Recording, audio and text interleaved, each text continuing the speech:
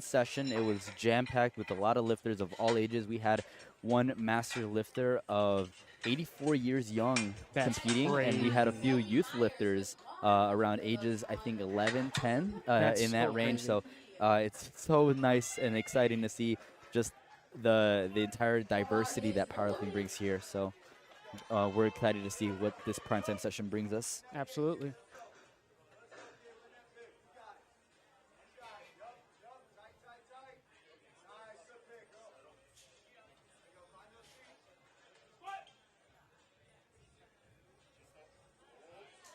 Yeah, move just like an opener. Yeah, and let's talk a little bit about what we are expecting to see here on Primetime today. So this is a smaller session, only 2 flights. There's the Indiana State Championships will be a 3-session meet. We have one more session tomorrow morning. However, this primetime session is some of the best lifters in the state of Indiana competing here on one platform. So they're really out here battling it out and trying to find out who is the best lifter from the state of Indiana. Yeah, yeah.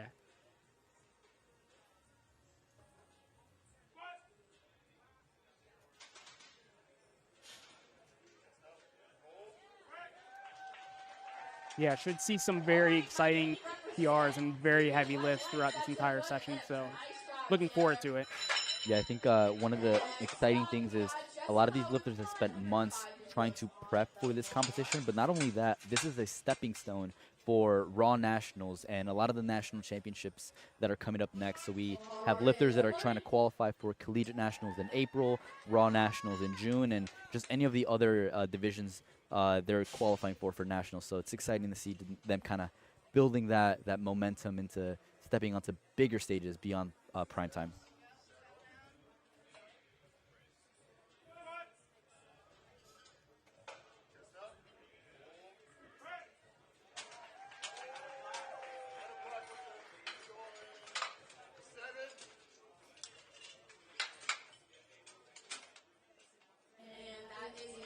Yeah, I think that was a little high of a squat. So for those who don't know at home, for you to get a good squat, you have to think your hip crease lower than the top of your knee, and then come back up to your squat.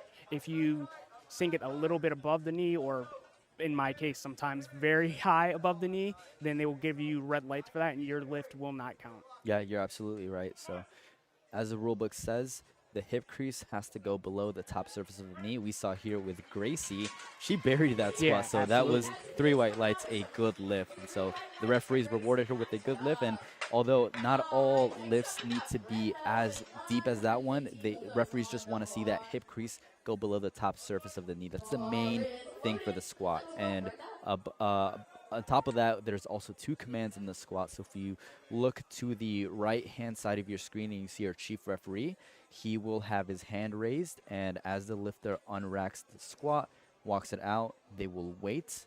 As we see here, Brenda walks it out, gets her footing. She receives that squat command, so she will now go down, come back up, hold it at the top, and then receive that final rack command and bring that bar back into the rack. And you saw there, 3 white lights, good lift. Next up, we got Rapid Circle City's own with 127.5 kilos on the bar.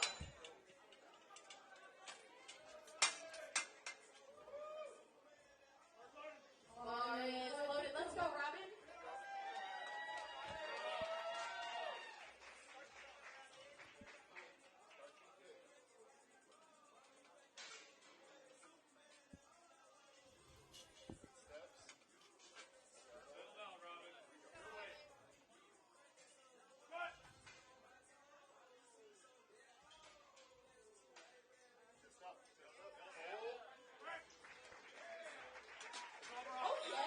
Good attempt there by Robin.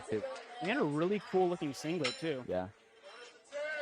Now, Terrell, you and I both compete, right? So when we first started competing, what was your sort of mindset when you went up for your first squat, right? Because usually for a lot of people, it's the most nerve-wracking lift, right? So for you, if you were to be competing like these athletes are on the primetime stage on on the higher, more prestigious stage, right? What would be your mindset or approach going into the competition? Yeah, it's actually funny. I feel like my mindset in like when I first started competing, when I take my first squats, is kind of the same as it is like right now. Like I feel very nervous. I kind of want to just like get into the groove of things. When I think about competing, the big thing that comes to my mind is making sure to like sync depth, right?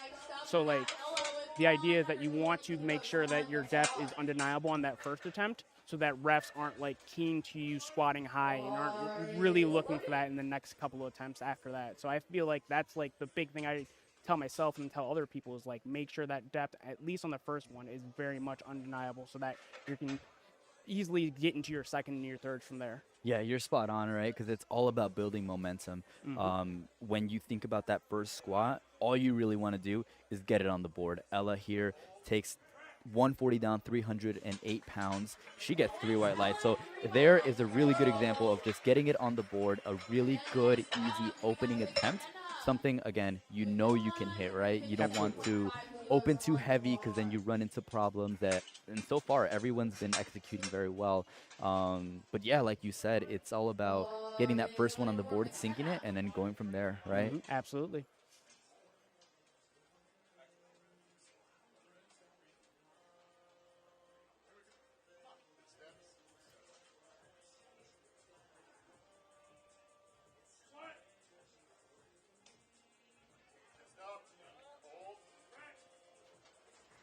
Yeah, it looks like everybody's openers so far have been pretty speedy. So it feels like everybody's had pretty smart opener selections, at least up to this point, which is pretty cool. Yeah, and usually the sort of mindset and approach you're taking with your opening second and third attempt is your opener is like your last warm-up.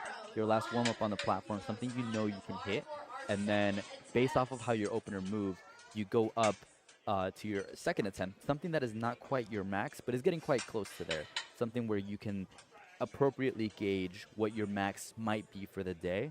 And then after you hit your second attempt, if it was also a good lift, then that's when you go and hit your max on that third attempt, right? It's all about building momentum and stacking the chips is what a lot of people say. Absolutely. I feel like a mistake that a lot of people fall into is not really taking your opener super seriously because it's a game plan, right? You set up your opener so that you can set up a good second attempt so you can set up a good third attempt. So like if your opener is too slow or you fail it, that can kind of screws up the rest of your attempts for whatever lift that you're lifting. So we see here Xiomara got a replace command from the chief referee. So she was not in a ready position to squat, so she got a replace command. And so we see she's having issues with the bar on her back. So she's got 10 seconds. Okay, so what's going on here is the side referees did not believe that Xiomara was in a fully upright position. That bar was placed a little too low on her back, causing her torso to be bent over, and so she was not in an adequate starting position deemed appropriate by the referee. So she got a replace command, was told to correct it, but was unable to do so, and so she unfortunately timed out, meaning that she was not credited with that attempt, but she will have one more go at it for her third. Now that's really interesting because that happened on her second attempt too. So she was able to get away with it on her first, but not quite on her second. I think one thing that might have happened is once that weight gets a little heavier, it's a little harder for you to maintain that positively upright position, right? Because that weight on the bar just kind of pins you down.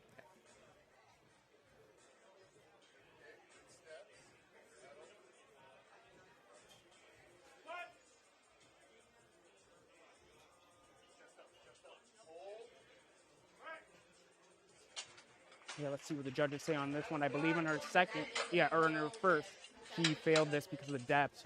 So unfortunately, she failed that one as well. One red light from the center ref and one from one of the sides. So she'll need to get this third one to stay in the meet, unfortunately. So yeah, and it was a slight progress. So on the opening attempt, she got all 3 red lights for depth.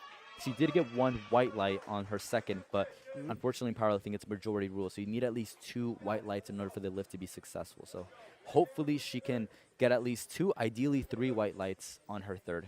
Yeah, I do appreciate her handler and herself keeping that same attempt for her first and her second. I have definitely fallen into the trap of failing your opener and then increasing it, and then it's just like, if you're having trouble getting on your first and your second, having a heavier weight definitely makes that even more difficult to make it to that powerlifting standard of like depth and everything like that. So I'm pretty confident she'll get this third one for sure.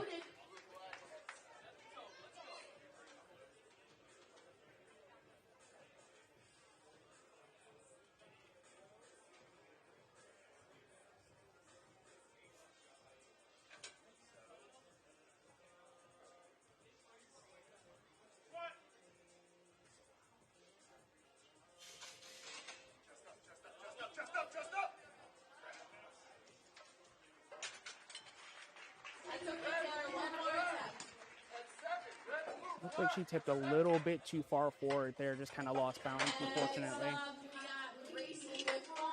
Definitely something I think Taylor there can clean up on her third attempt and get that one. Bar is loaded. Let's go, Gracie.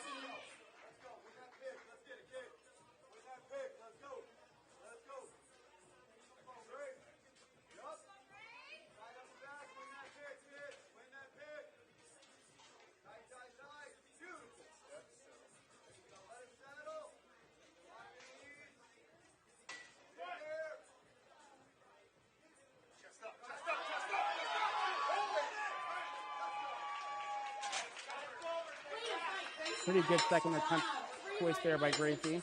Yeah, one thing you'll start to see is the second attempts will start to get a little bit harder for these lifters. They're sort of gauging what they're able to hit for the third attempt. So it's really kind of getting close to that. To how many more kilos can I squeeze out of that lift based off of how the second moved. Yeah, and I think what Gracie did there, like, it moved about what you would want from a second attempt. Like, it definitely didn't look like a warm-up necessarily, but it definitely looked like she had some more kilos left that she can put on her bar for their third attempt. So feels like it was a pretty sound second attempt selection there by her.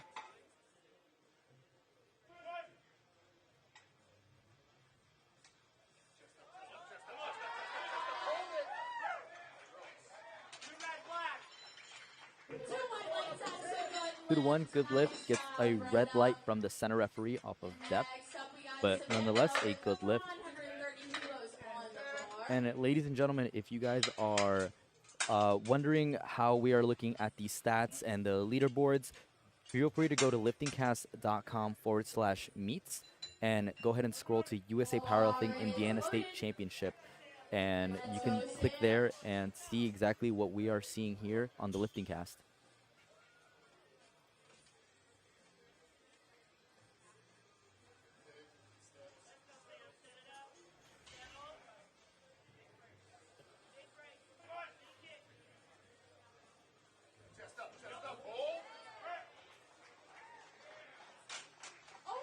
That was a really good second attempt there by Samantha. Looked definitely like her opener, so hopefully that means she'll get to push it here on her third attempt. Next up, we got Robin. I know her fan club runs deep out there. I think Samantha actually missed her opening attempt, retook it, so I think that's why I moved pretty easily. But nonetheless, I mean, she's going to be able to go up a whole lot more than 130. Absolutely, absolutely.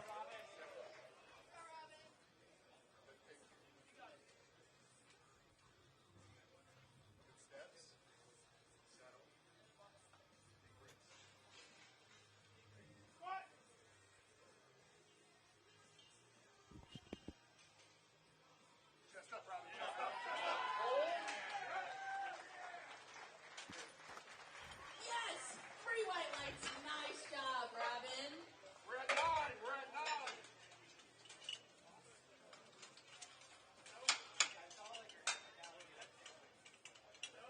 Next up, we got Ella with 155 kilos on the bar. Bar is loaded. Let's go, Ella.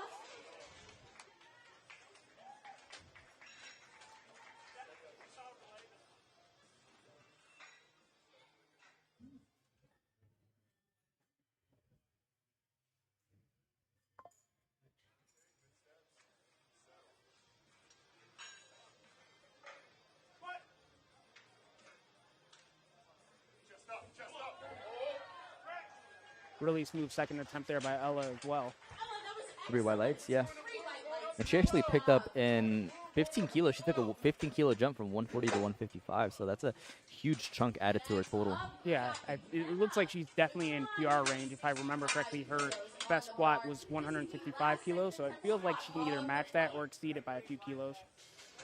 Bar is loaded. Let's go, McKenna. Now this is our last second attempt of this flight. McKenna, 165 kilos, 364 pounds.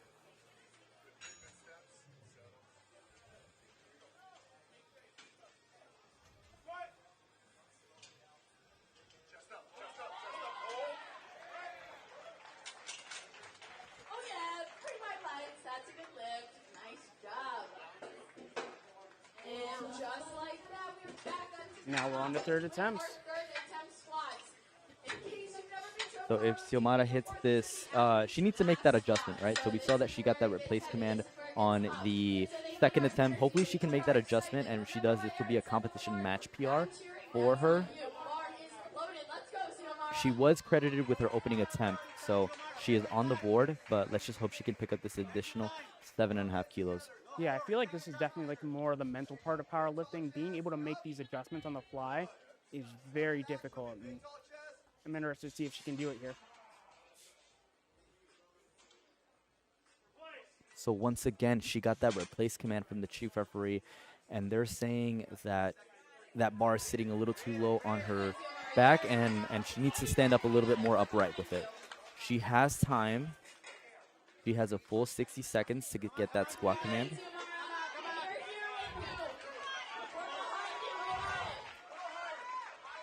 We got about 15 seconds.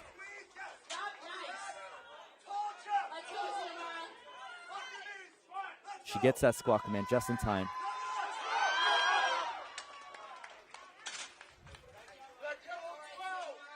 Yeah, man, that's tough. Yeah, making these kind of adjustments on the fly, very difficult. We got Jessica with 105 kilos on the bar. Now it looks like Jessica, this is her third attempt. She failed her first piece. She's going to need this to stay in the meet. It looks like her strength was pretty strong. It's just about getting the depth for her. So we'll see if she can do that right here.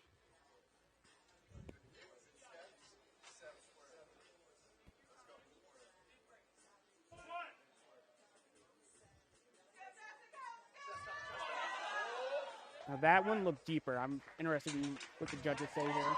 Three white Absolutely. lights, yeah. Love to see it.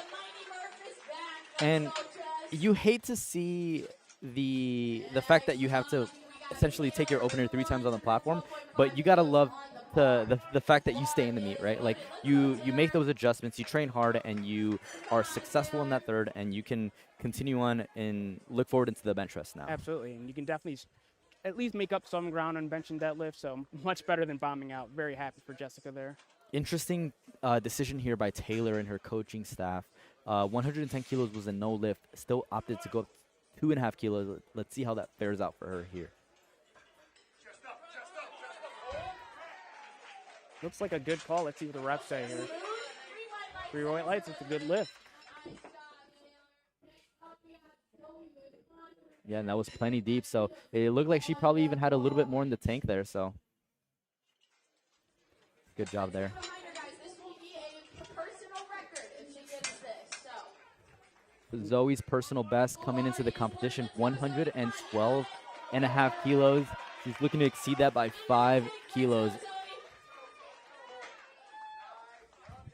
It's a good improvement to just be able to kind of stack kilos on top of each lift, right? Because it adds on to the total. Absolutely, absolutely.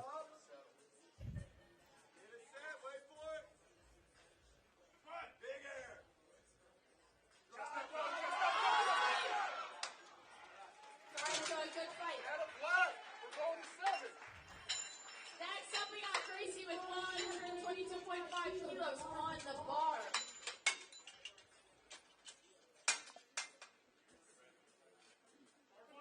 Bar is loaded. Let's go, Gracie.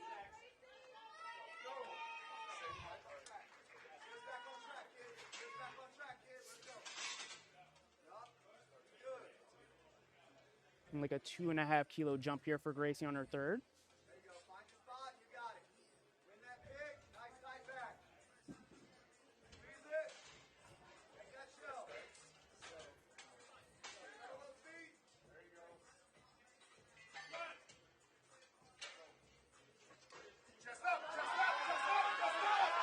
Oh, wow. Yeah, What a huge grind.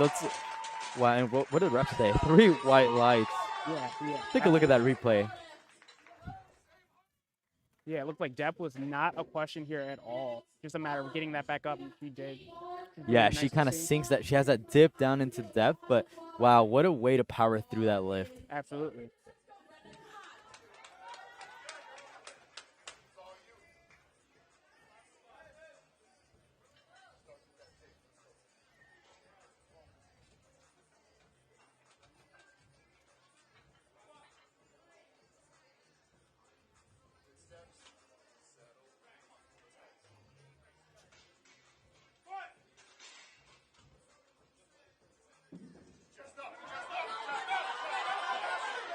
So I wonder what the refs are going to say on depth for that lift.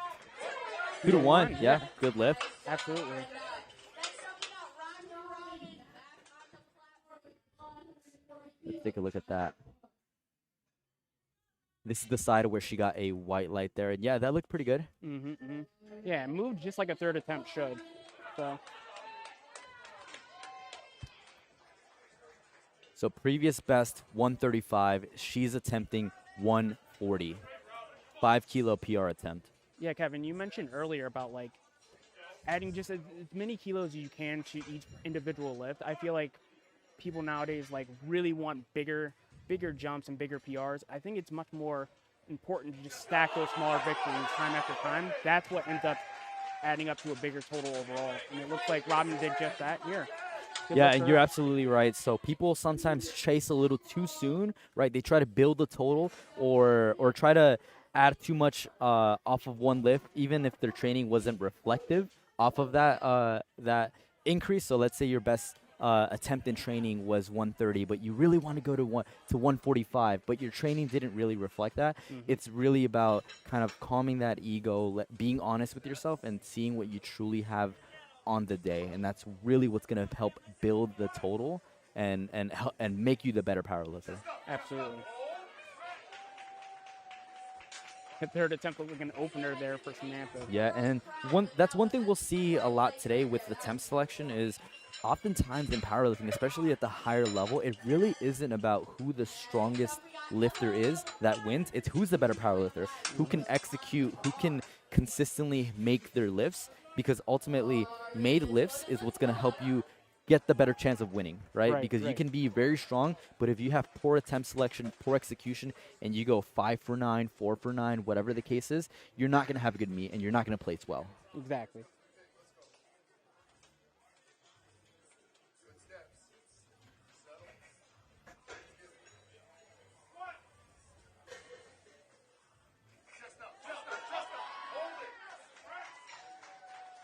Picture perfect third attempt there from Ella. It's a good lift.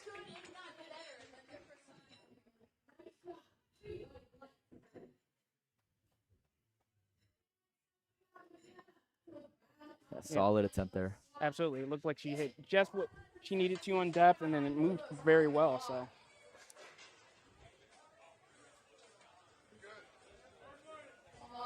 170 previous best, 172.5 current attempt.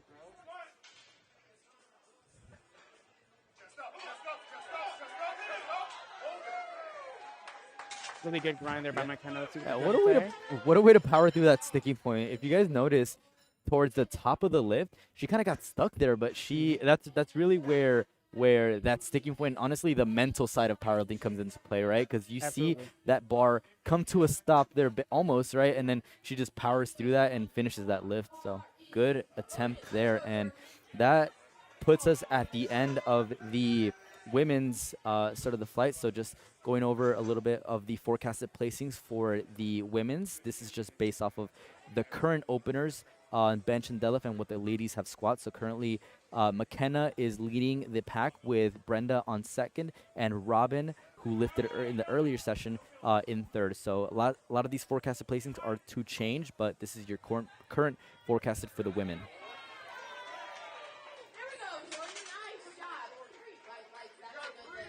Very quick opener there from Jordan. Just receiving some final instruction by the referee. Next up, we got Aiden with 220 kilos on the bar. And ladies and gentlemen, if you all are watching us on the live stream and have access to the chat function, let us know who you guys are supporting. Let us know who you guys are watching, where you guys are watching from, and just let us know anything that you guys want us to shout out for you guys on the live stream.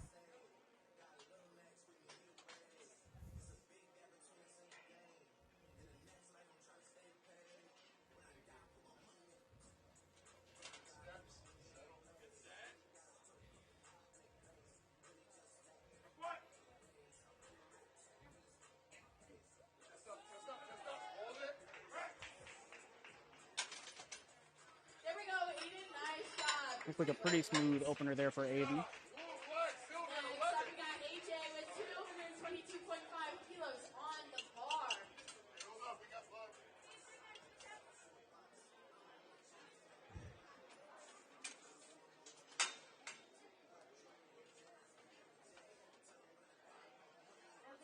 Loaded. Let's go, AJ.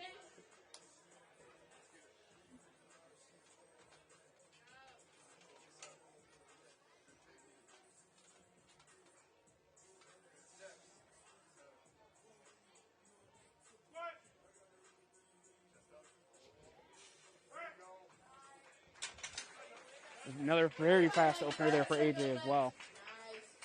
Yeah, very common trend, and I'll say it like this, but I mean, the openers are almost supposed to be boring, right? You really don't want anything unexpected going on. You want these openers to be something, you know, these lifters can hit, and it's just, again, getting themselves on the board. Okay, we got Jason up next, one of Circle City's own, 235 as an opening attempt. So, I mean, taking a 222.5 kilo opener, I mean, you can kind of expect to see there to be a lot of increases there. So he'll probably Absolutely. maybe take that on his second attempt. Who knows?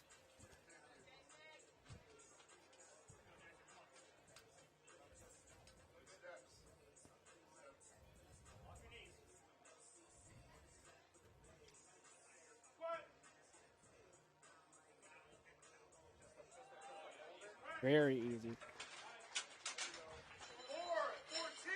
One red light from the center referee for depth. Jason also runs a podcast, Beyond the Barbell podcast. So if you guys are wanting some powerlifting content or podcast work, Jason, he's got pretty nice podcast for you guys. Yeah, it's really cool to hear.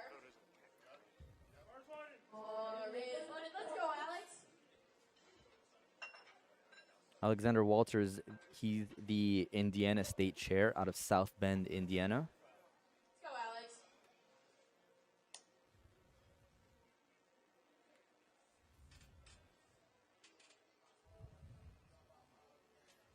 225, just shy of 500 pounds.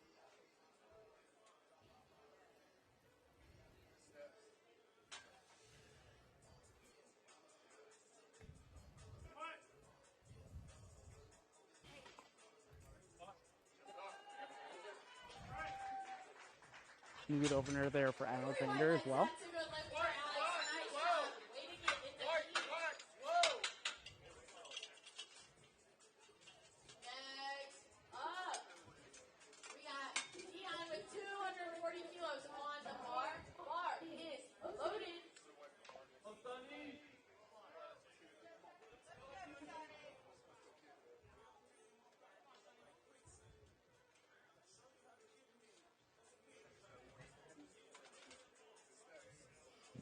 5 spotters for this lift. Mm-hmm.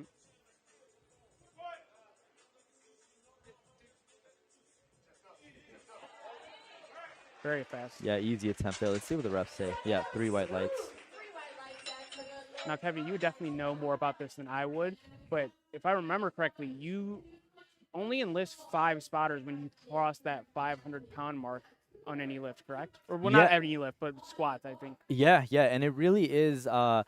Ultimately, there is no hard rule that says the spotters need to be above certain amount when it's weight certain amount, but 500 is generally the threshold or the benchmark that a lot of meet directors and federations across the whole spectrum use as that sort of gauge for like how many spotters are needed, right? Makes sense. That helps distribute the weight, the load, the work for all the spotters and loaders, and just make sure that they're not getting overworked. And in case of a missed lift, they're able to keep that lifter safe. Absolutely. Definitely feel a bit safer when there's 2 extra people there spotting as well. Yeah, Joshua Sparks had a really easy attempt there. It gets 1 red light for depth, but I mean that opening attempt was really speedy. So I don't suppose there to be any issues on strength. However, I mean with a lift that's kind of that borderline, you kind of wonder how going up in weight is going to impact that depth. Absolutely.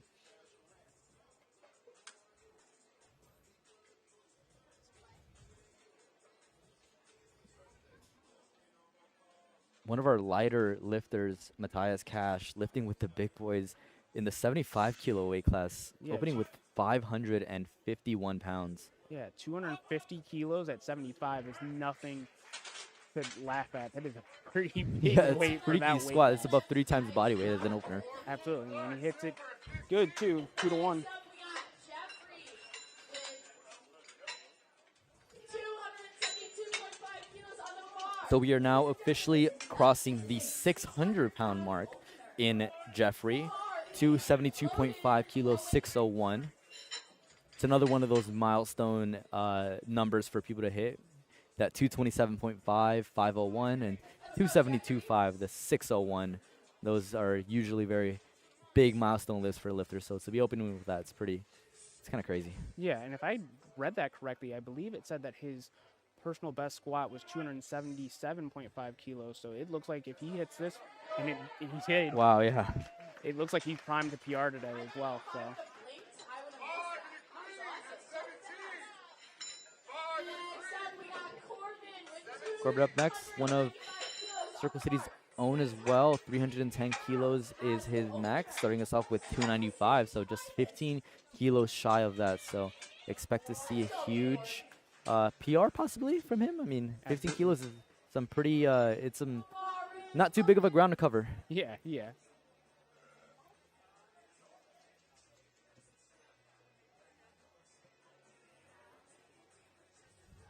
Let's go, Corb.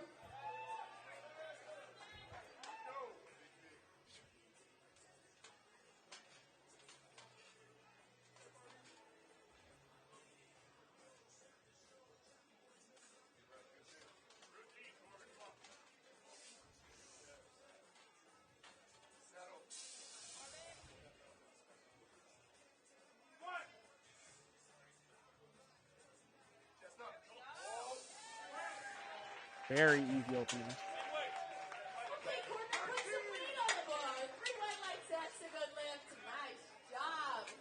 And closing out. We appreciate all of you guys in the comments right now in the chat. Shout out DeMarco, Sonny. I mean, we got Dion, right? So many people that you guys are cheering on. So just let us know who you guys are cheering for.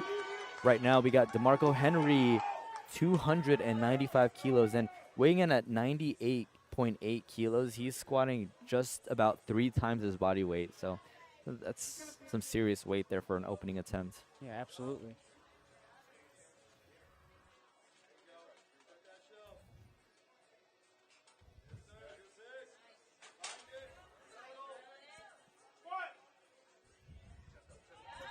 Wow. Look at the speed on that weight. Ooh. Now, it did look like he was just a little high there. I'm Yeah, guessing let's- that's what the refs gave him red lights there for. Yeah, he did get 3 red lights from all 3 sides for depth. So, yeah, I can kind of see where they might have called that from. But again, it's one of those, it's a little iffy. I mean, we're not there on the platform to see. So only the referees know what they saw. But Yeah, but his strength there is good. So definitely able to clean that up, make adjustments, and hit it on this next attempt. we're back up to the top of the order. Jordan already taking us into 500 pounds. So this already is a big PR for him.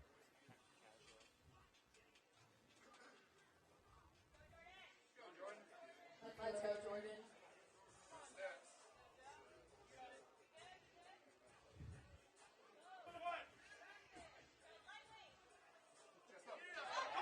Wow, yeah. Yeah, it doesn't look like a PR. It looked like a routine single for him.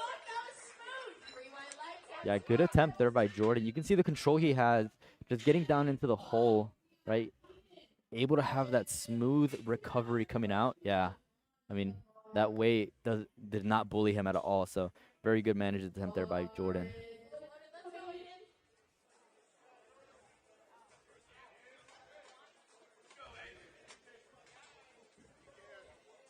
Now, it looks like Aiden's a significantly taller lifter for his weight class. I can tell because it looks like he's hinging a lot more forward when he gets into the hole, which is not necessarily a bad thing. It's just something that people with longer like legs, longer femurs have to do in order to hip depth. Unfortunate miss there, but he can definitely come back and get on that third attempt.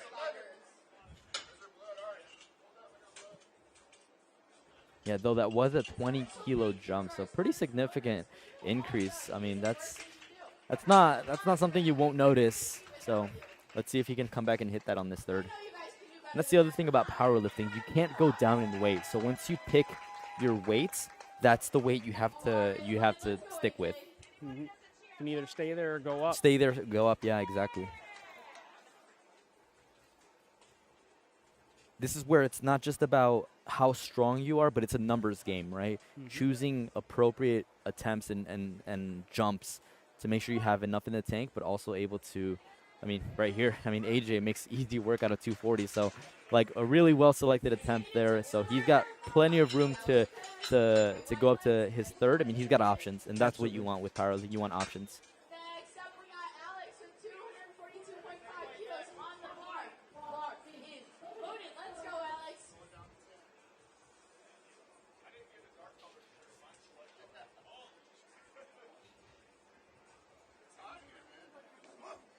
Alex.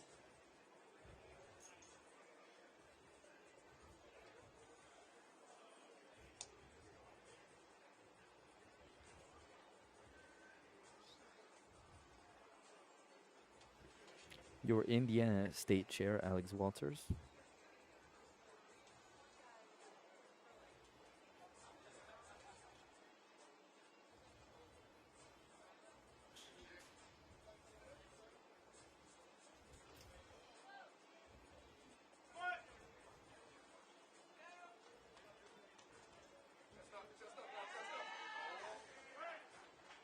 Hit depth there pretty easily. He's definitely sunk that one. So, yeah, no doubt about it. That's a good lift. Yeah, so there he can kind of get a pretty good sense about what he's going to go to for his third. I mean, it's about what you want for a second attempt to look like. That looked just about right.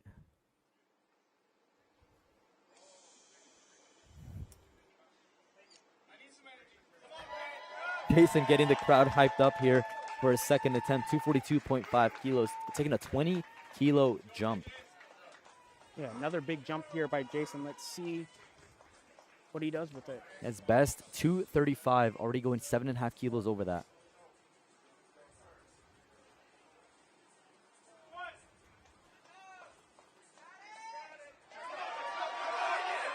Wow. Yeah, you can see why they made that big jump. He had plenty of strength there. Good lift for Jason. Yeah, I mean, that wider stance, too, is something that you don't see as often. But, again, that's one of the beauties about powerlifting is you can see and appreciate the different stances, the different lifting techniques that these lifters implement in their training. So, I mean, everyone's different, and that's the other key thing about powerlifting is everyone's different, and everyone's going to lift different from one another. So, I mean, this makes it so that everyone is able to participate in powerlifting. Absolutely. That's what makes it also entertaining is like, obviously we're all doing the same 3 lifts, but there are different techniques and variations that people use that make it so different and so entertaining to watch people execute lifts in different ways too.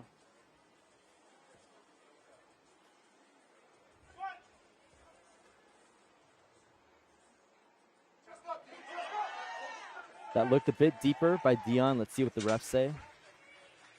2-1. Yep, good lift.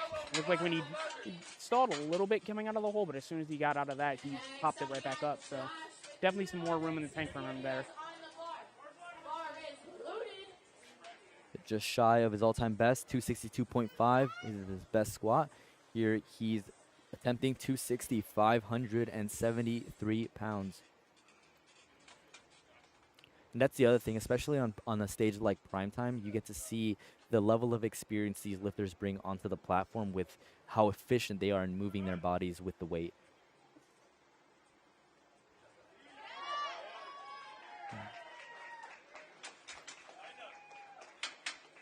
Unfortunately gets called for depth on that one. Let's take a look at this replay. See what the referee saw. Yeah, I mean, I do have to agree with the referees there. It did look like his hip crease didn't quite go past below his knee. Yeah, not super high, I don't think. So definitely something he can clean up on his third, but just a little high there. Yeah, Kevin, to your point, I feel like in prime time, especially like from all the lifters we've seen so far, no one's really made any like crazy errors or like crazy attempt selections so far. It definitely seems like everybody here is pretty experienced and knows what they're doing. So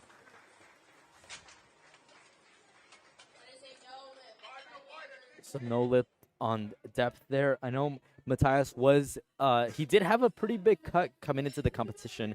I was able to chat with him earlier, and he was spitting and just kind of getting that that weight cut down in order to make weight. But I mean, that's one of the other factors with a 2-hour weigh-in. You really don't have that much time to recomp as you would with other competitions that have 24-hour weigh-ins. So that's one of the other aspects that makes competing in USA powerlifting very competitive, is that you're competing at your body weight. There really is no way to kind of circumvent that. And I feel like, I mean, it kind of makes sense, but I feel like the lift that gets most affected by that is squat, because, I mean, that's the first lift that you do. So throughout the day, you get some time to rest, recover, rehydrate. But, I mean, as soon as you weigh in, you have to pretty much just attend the rules meeting and start warming up. So there's not really, you don't really get a whole lot of time to recomp before you start squatting. So that's, at least in my opinion, is the lift that's affected most by any sort of weight cut that any competitors do.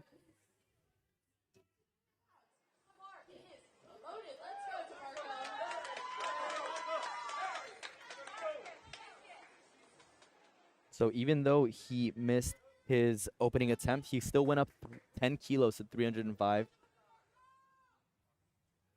Yeah, and he moved that opener very quickly, so I definitely think he has the strength for it, just about hitting depth here.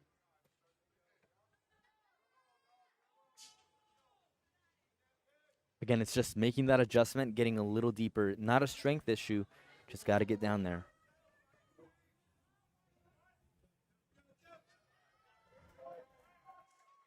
Looked better? Here. Wow, okay. So, same thing. Oh, I believe he jumped the command. Yeah, I believe he jumped the Yeah, start. yeah, And so you can see like a slight discrepancy. He starts descending as the ref is putting his hand or waving his hand down, not afterwards, which is what you want to do, right? So like as the ref's putting his hand down, he says squat, and that's when you want to start your descent into the hole there. So just jumped it a little bit, so that probably contributed to the red lights there. So it looks like DeMarco is retaking 305. I think that's a wise move. I mean, you know you're strong enough for it, but after already having been called for depth on the opener, you don't have a squat on the board, so you really can't gamble anymore. Exactly. And trying to go up anymore. I mean, you got to get something on the board, especially when you're trying to compete in prime time and trying to win first, right? I mean, these people are competing for money. Mm-hmm.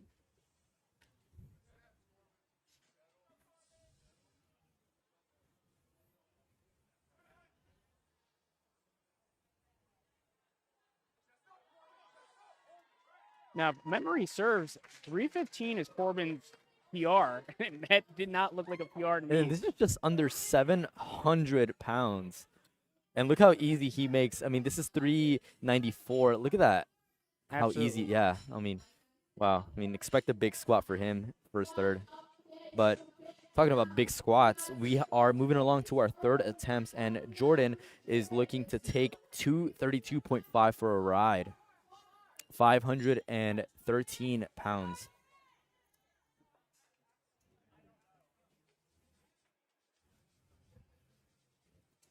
So we take a look at his competition best.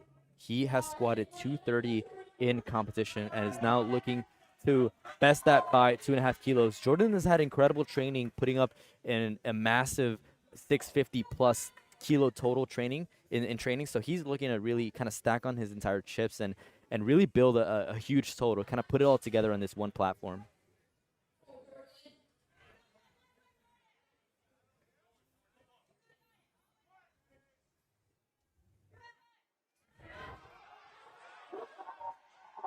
Very easy PR there for Jordan. Yeah, I mean, he's excited for it, and I mean, that looked incredible. I mean, he definitely had a little bit more in the tank there too. I mean, I think he convincingly could have probably gotten 235, 237.5, but I mean, 232.5 moved well. He's saving room in the tank for a massive deadlift and bench. I know he's a big bencher, so I mean, that's something to be really excited for. Good job. Absolutely.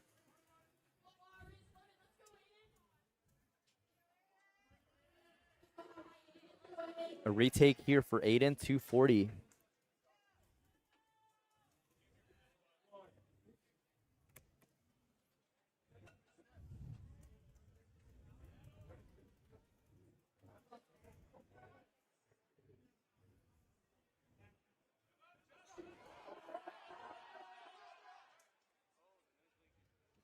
Just a little bit of a sticking point there right out of the hole, unfortunately.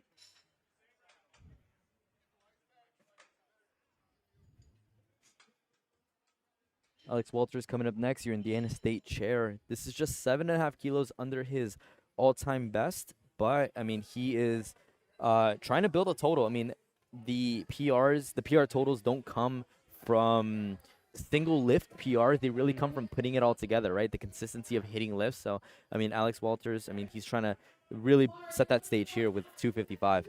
Absolutely. Like you mentioned before, Kevin, it's about taking what you can get on the day, right? You don't want to just like chase numbers just to chase them. You want to stack your total, take whatever you can on the day, and that's how you build a big total overall.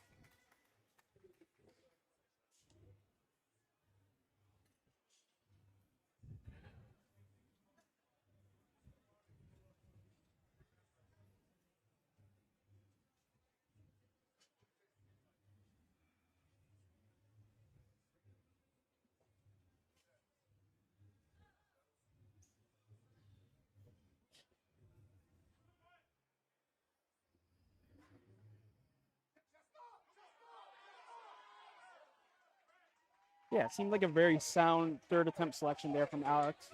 3 white lights. And I think something is important to be said about not necessarily emptying out the tank on squats. You're only a third of the way there. You still have to bench and you still have to deadlift, and both of those lifts are still full body movements. So Absolutely. you need to conserve a little bit of energy, not entirely empty out the tank, because or else, I mean, it's gonna pick up to you fast, and especially with a small session like this one, you really don't have too much time to rest.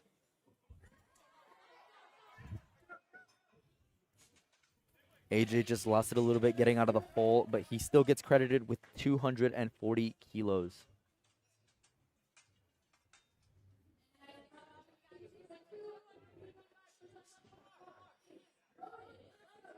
And this is a crazy PR. I mean, did you see that? Previous best 235, current attempt 255. Yeah, he already has PR'd at squat on his second attempt. That's pretty crazy in itself. Now, if he has a chance to build a bigger PR here on his third. Let's see what he does.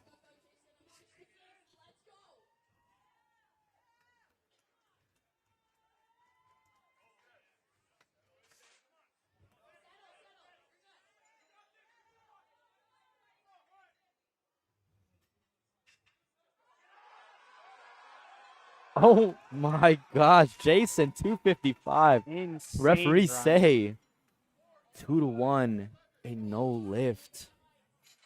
Let's take a look at that replay there. Wow, I can't believe that. Yeah, it looks like they called him for... So they got him on two things. Center referee called him for depth, and the right referee gave him a blue card, which is an indication that he did not lock out his knees either at the start or at the end of the lift.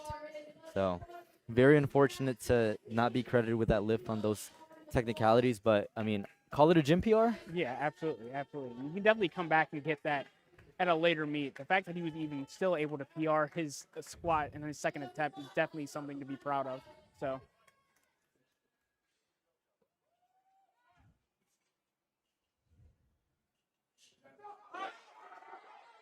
That looked deeper. Mm-hmm.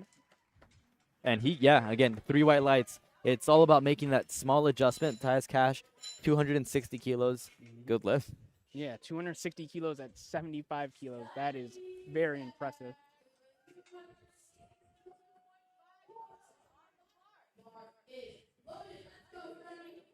All right, let's go, Dion.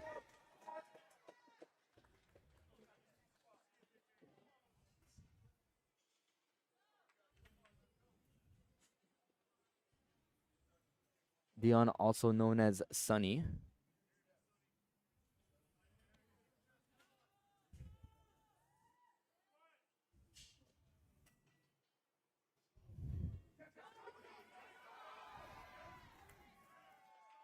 Big grind there from Dion. And 2-1, good lift.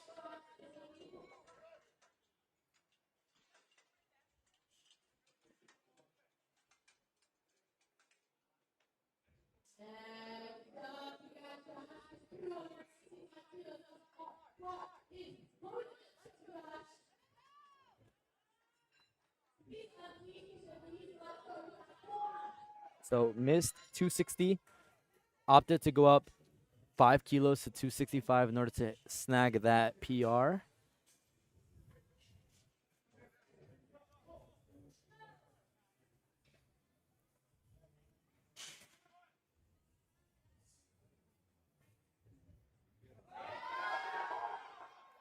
Looked a little deeper there. Let's see Yeah, what it the looked judges better. say. Let's see what refs say. And yeah, 3 white lights. White lights, I think absolutely. that gamble sort of worked out for him. I mean, from having to, I mean, that was a bit of a risk there, right? Because if he would have missed that lift, he would have went all the way down to 242.5. But I mean, taking that 5 kilo risk, with that extra weight almost kind of pushed him down there. He gets credited with 265 at weighing in at 84.2. Yeah, and a small 2.5 kilo PR there as well. Not a bad day at all. So Jeffrey opened up with 272.5. His best competition weight was 277.5, and now he is attempting 300 kilos or 661. So, I mean, just talk about an increase from meet to meet, from having to, from your best basically being 613, 618 to now going to 660, almost flirting with 700. I mean, I'm gonna be honest. Yeah, absolutely.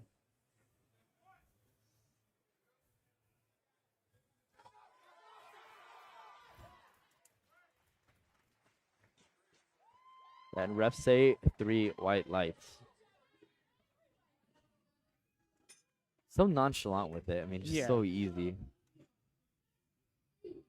Yeah, it looked like there was a little bit of a sticking point midway through the lift, but as soon as he got through that, he blew right past it. Yeah. That's very impressive.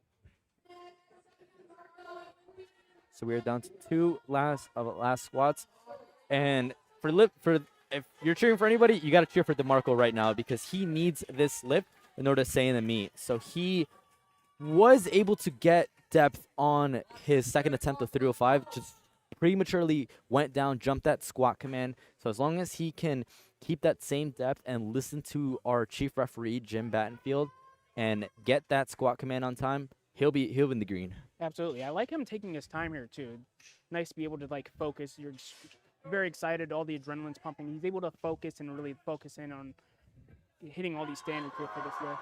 Yeah, I think that's going to be good. Let's see what the refs say. I think it's going to be 3 whites. And yeah, Absolutely. 3 white lights. And DeMarco's in the meet. I mean, you're almost clutching for breath there because you're kind of eager to see what the refs are going to say. But, I mean, that was a good lift. And see if we can catch that replay. But, no, it was a good lift. And what a sigh of relief there by DeMarco at the end. So Corbin's already PR'd his squat on a second attempt by 5 kilos. He's now going for 330 kilos, which would be a massive PR for him. And you can definitely tell he's from Circle City Strength, getting a lot of love here on his third attempt.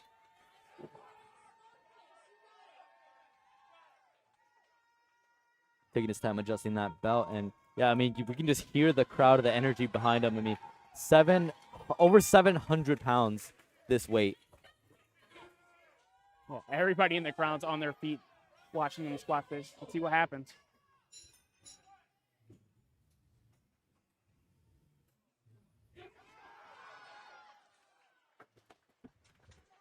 Unfortunate, but still getting a 5 kilo PR. Not a bad day for Corbin at all there. Yeah, I mean, goes down with it well, but just kind of runs out of tank, out of fuel there. But still walks away with a 5 kilo PR, and that'll conclude the men's squat session. Let's just quickly recap on what we saw. So after both sessions have lifted, earlier session men and now our primetime session, we have currently in the leaderboard, we have Matthias Cash, who is currently forecasted with a 493 dots points, followed by DeMarco Henry and with 457, a pretty big spread there, almost 40 dots points. And then pretty not too far behind him, we have Jeffrey with 450. And then, I mean, if we just want to go all the way up to the top 5, we have Jordan with 450.08. So now those guys are 3 and 4 are only spread by 0.3 of a dot point. I mean, that's half a kilo if we're being honest. And then rounding out that top 5, we have Joshua Sparks with 445. So that concludes the top 5 for the men's top 10. Again, we have so much more lifting left to go. Our spotters and loaders are getting the stage set up for the bench press events. So we are going to take a 10-minute intermission, and we'll see you all back in the bench press.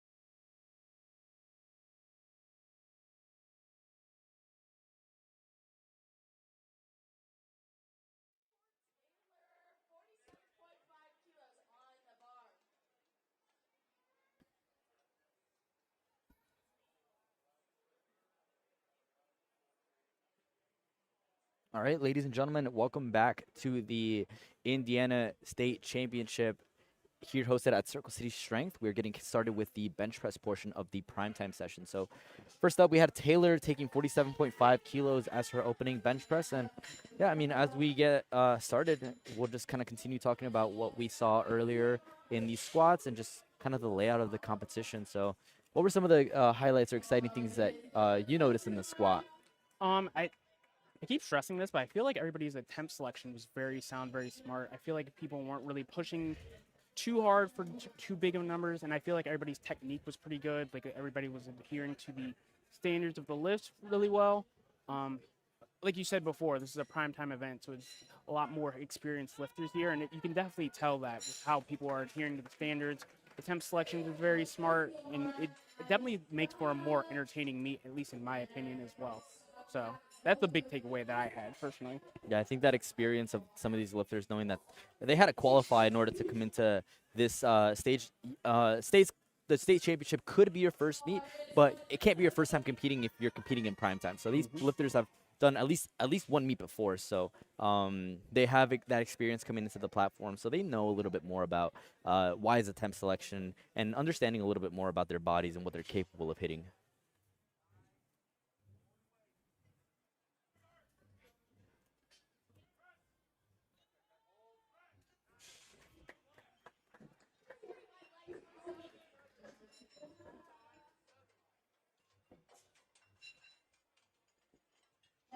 Up next, we got Jessica Murphy taking 70 kilos as her opening bench press attempt. So I know with bench, a little bit more, how should I say this, a few more instructions as opposed to squat. Instead of just getting a start command, I know you get a start, and then when you bring the bar down to your chest, you get a press command where you then push the bar up, doing most of the work that you would for this lift. And then after that, you also get a rack command. So a lot of technical instructions that come with this lift in particular. Looks like a good lift there from Jessica.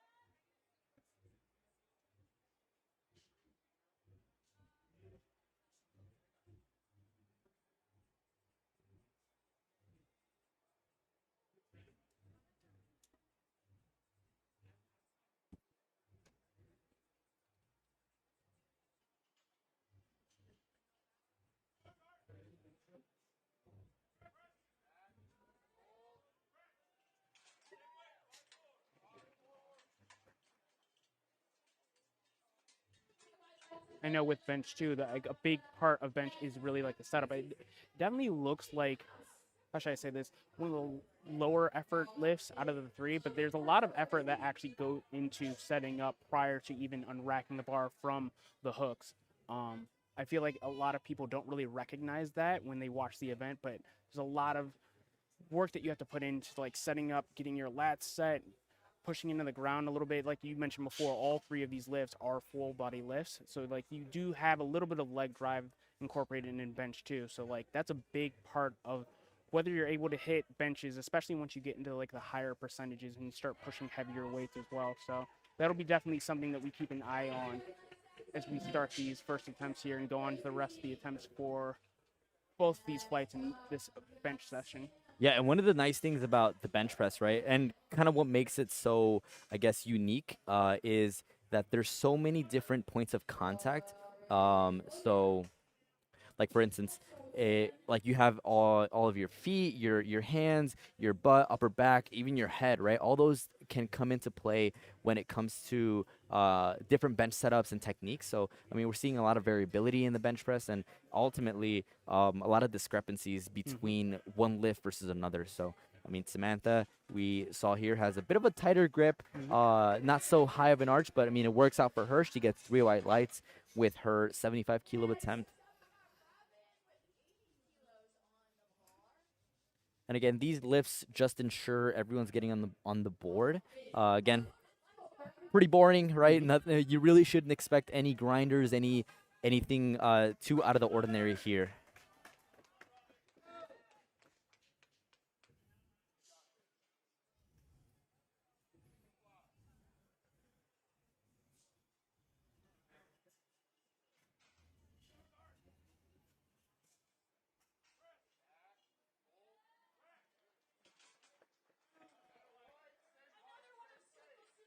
Good lift for Robin there as well.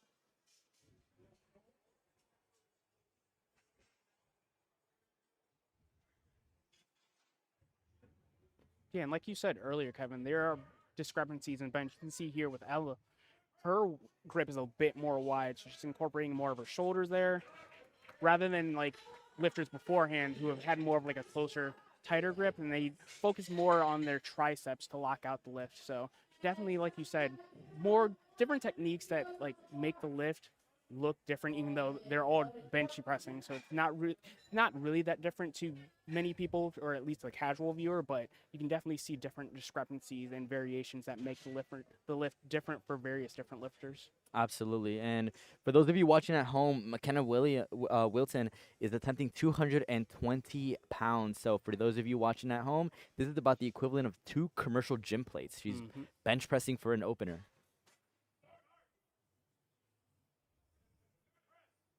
Makes that look easy. Absolutely. I remember my first time hitting 225 Yeah, me too. in the gym. Yeah, I feel like that's a huge, huge milestone for most people. For McKenna, it's just an opener. Again, very easy 2-plate date there. What an easy opener. We're now back to the top of the order. We got Taylor coming up next. 52.5 kilos, taking a 5-kilo jump. And again, ladies and gentlemen, if those of you watching at home, if you want to keep along and follow the action with the forecasted placings, the attempts, go ahead and go to visit liftingcast.com/meets. USA Powerlifting Indiana State Championships. Go ahead and click on that. We are in Platform 1, Session 2.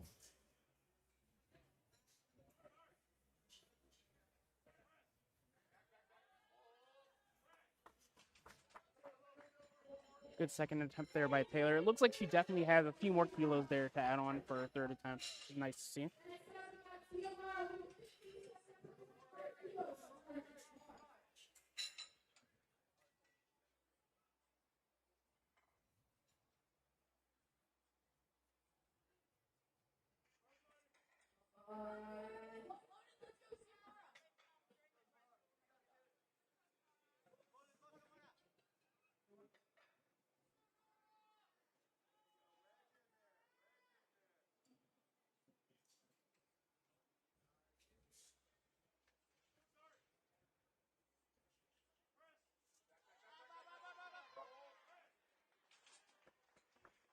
Sound second attempt there as well. Good attempt. It's very important for her to start building momentum. She didn't have as good of a squat event. Went 1 for 3, only got her opener, but it's really nice to see people coming back, going 2 for 2 so far on the bench, and starting to pick up that momentum that you sort of lost on the squat. Again, the important thing is have a short memory. Squats already happened, and don't get too caught up in that, and treat each lift as its own thing, right? Absolutely. Not worrying about what happened in the past, what you can't change, and stressing yourself over that onto an attempt here.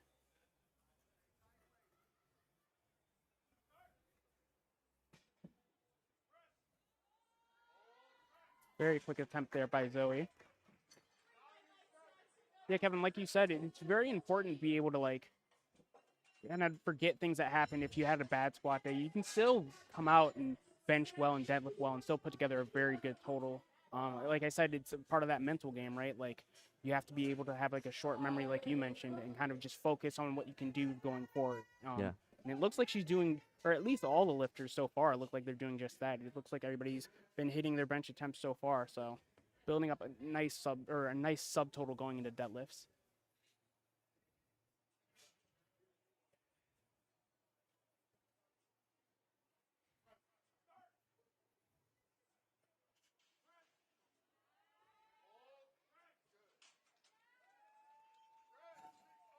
Solid attempt there. Referees say 3 white lights.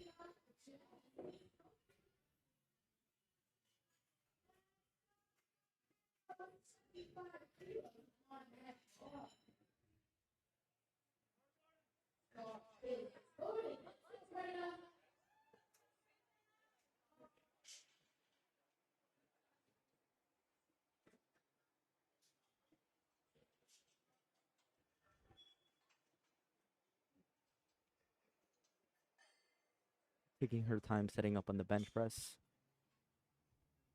And again, bench press will always be that more technical lift.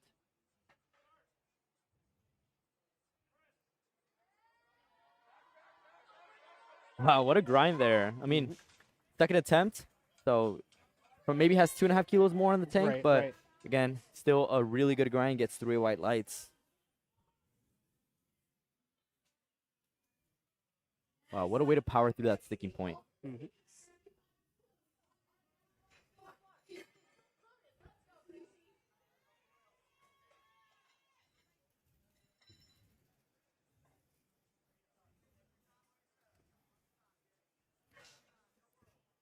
Gracie's lifting in our 65 kilo division, and she is lifting in the teen 2 class, meaning she is age 16 through 17 years of age. She is 16 years old. Yeah, and competing on the stage with all these other like established veterans, that's very impressive for somebody of her age.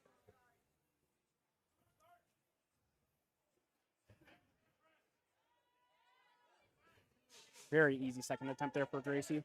Gets 3 white lights. And yeah, just kind of to your point, there's actually one of our primetime lifters. I won't say who, but somebody actually updated their bio saying that they've been lifting for 16 years. So that just kind of going to show that there's been lifters that have been lifting longer than Gracie's been alive. That's crazy. Think about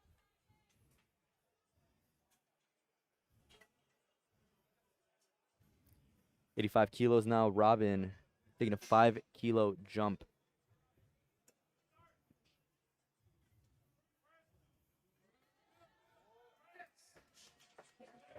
smooth second attempt there for Robin.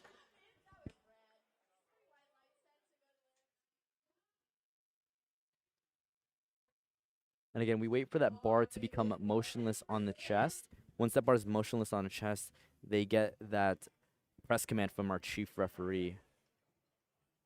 Yeah, I know that's like one of the biggest mistakes that people make while benching is basically bringing the bar down to your chest, but then not necessarily getting it motionless, maybe rolling a little bit more to the left or more to the right, and then that will cause you to have a longer time period between the start command and the press command, which just makes the lift much more difficult.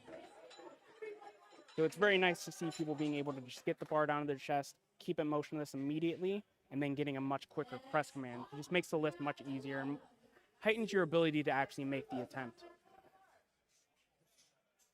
Your spotters cleaning up that bar, getting any excess chalk out of the knurling.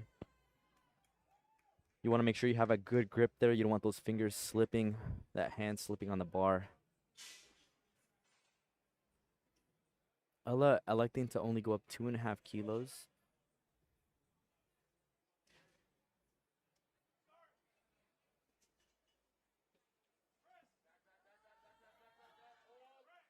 I think that was the wise choice. I think going 2.5 kilos, right, Yeah, into the third attempt is probably going to be the best bet there. I mean, you want to squeeze out as many kilos as you want out of that lifter, and it seems like, I mean, that's just about what we are going to see here for Ella. And now for our heaviest bench press of the second attempt round, 105 kilos, 231 pounds.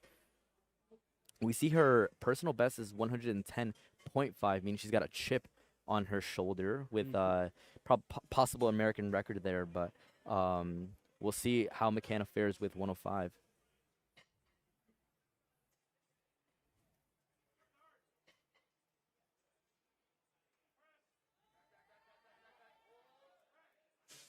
Looked like a pretty standard second attempt for her, so I feel like she'll jump to that 110, maybe 112.5 range if she wants a small PR there or a near PR match as well.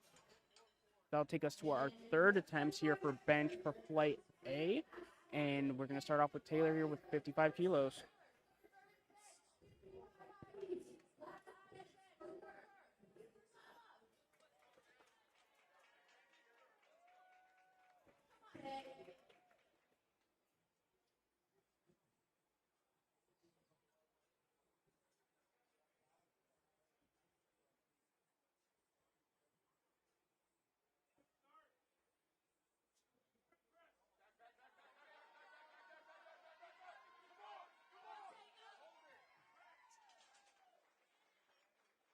And the referees say 2-1, a no lift.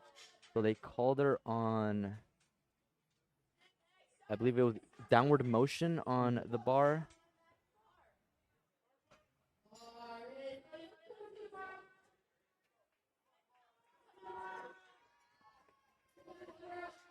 $60 kilos is the personal best. 60 kilos is the attempt.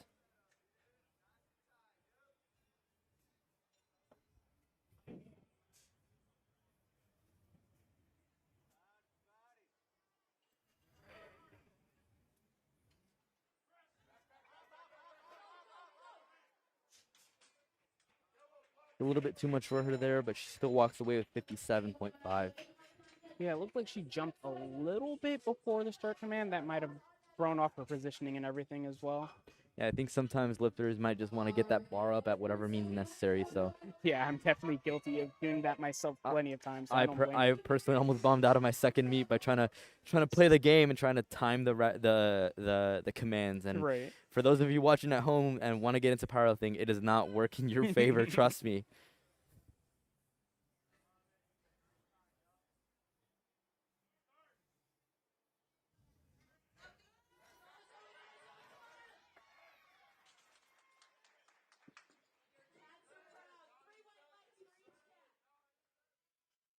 Look at how that bar picks up speed as soon as you get that press command. I mean, it looks like it's slow off the chest, but then the bar just kind of speeds right up at that lockout. So very strong triceps there at the end. Absolutely.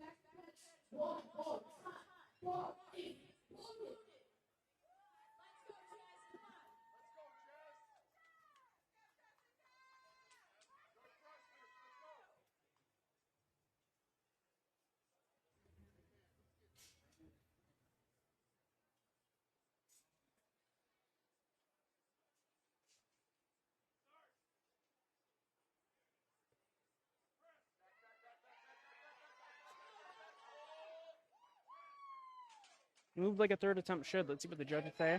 Rear white lights. It's a good lift.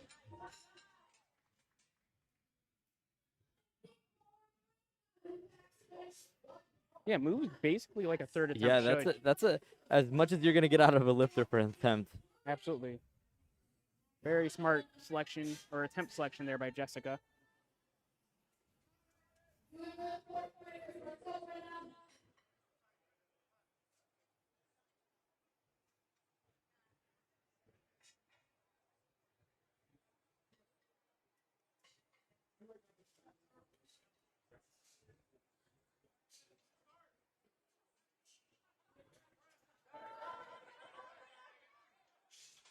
Just a little too heavy off the chest there for Brenda. Again, only loses out on 2.5 kilos, still walks away with 75. But not a big loss there. Yeah, not at all. Also taking 77.5 kilos, we got Gracie. Same attempt selection as Brenda, 70, 75, 77.5.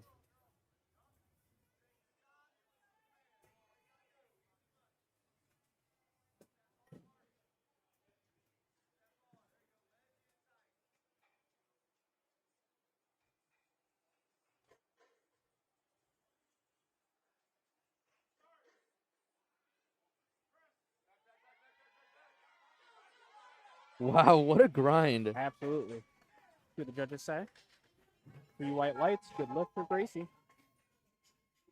Man, that sticking point is, it's dangerously slow, but she managed to power through that. You see how that bar almost comes to a complete stop, and then those triceps just kind of re-engage, and Yeah, she pops it snaps back it into right the, back yeah, up. it snaps into the lockout. Looks like 90 kilos here for Robin. Yeah, this Under also 30 match her all-time best.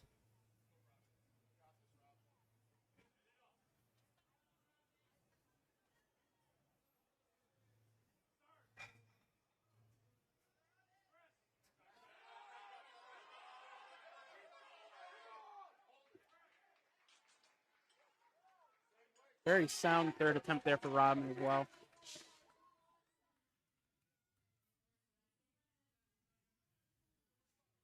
Looks Yeah, like you she gotta love got- those best bench grinds. Yeah, it looks like he got a little long of a press command, like you were saying earlier. just a little, not quite motionless when it touches her chest. It took her a little bit of a second for that bar to get motionless, and then she got the press command after that. Very, very strong grind for her to be able to like deal with that and still get that attempt up. That is an easy attempt there. Yeah, very easy. But she PRs by 2.5 kilos. I mean, she's excited, but I mean, she definitely had a little bit more in the tank there. But I mean, you can't be mad about benching 90 kilos that easy. Yeah, Just shy of 200 pounds. So good job there by Sam. absolutely.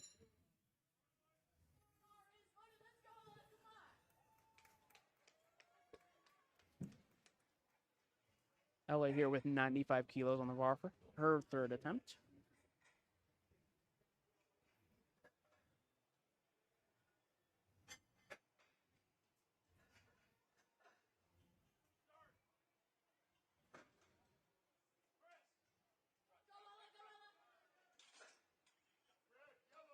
A bit too heavy there at the bottom.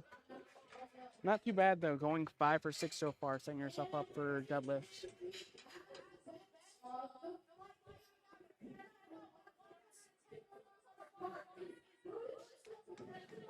Now we have last bench of flight A. McKenna here with 110 kilos. Which equates to around 242.5 pounds.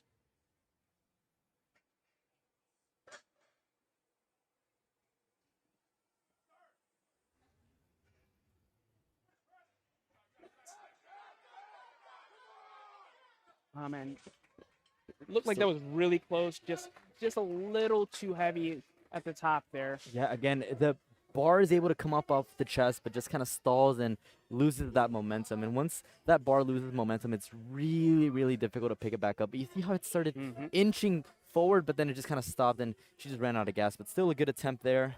And that concludes the bench press portion for our women's. We are moving along to the men's.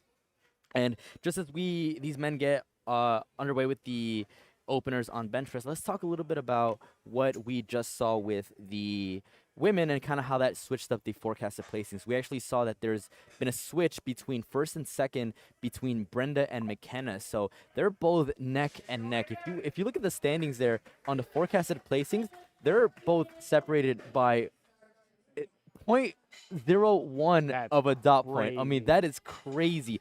0.01 separates McKenna and Brenda. Following, we have Robin, who is currently sitting at 397, but I mean, not too far below her, we have Samantha with 381, and then we have Zoe with 369, rounding out that top 5. So, I mean, that battle between McKenna and Brenda is really going to be one to watch, right? So, Absolutely. when it comes down to deadlifts, every single kilo is going to matter. So, very excited to see how that storyline shapes out.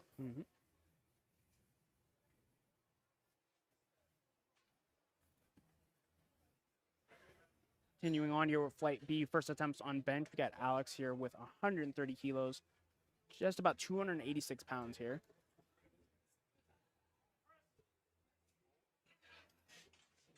Very easy first attempt for Alex. A good lift.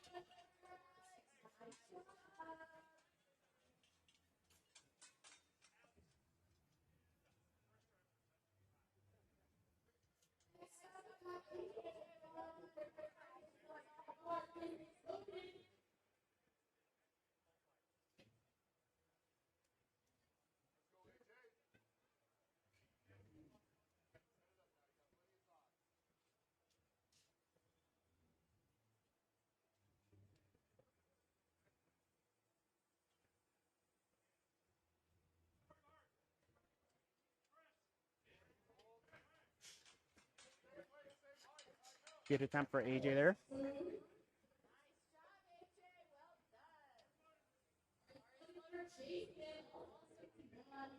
And same weight, 130 kilos here for Jason as well.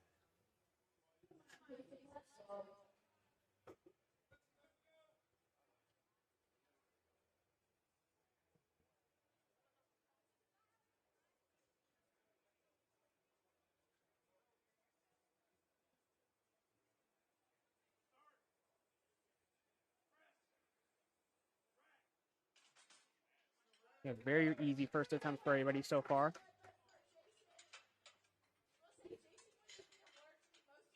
Moving up the bar to 140 kilos for DeMarco here.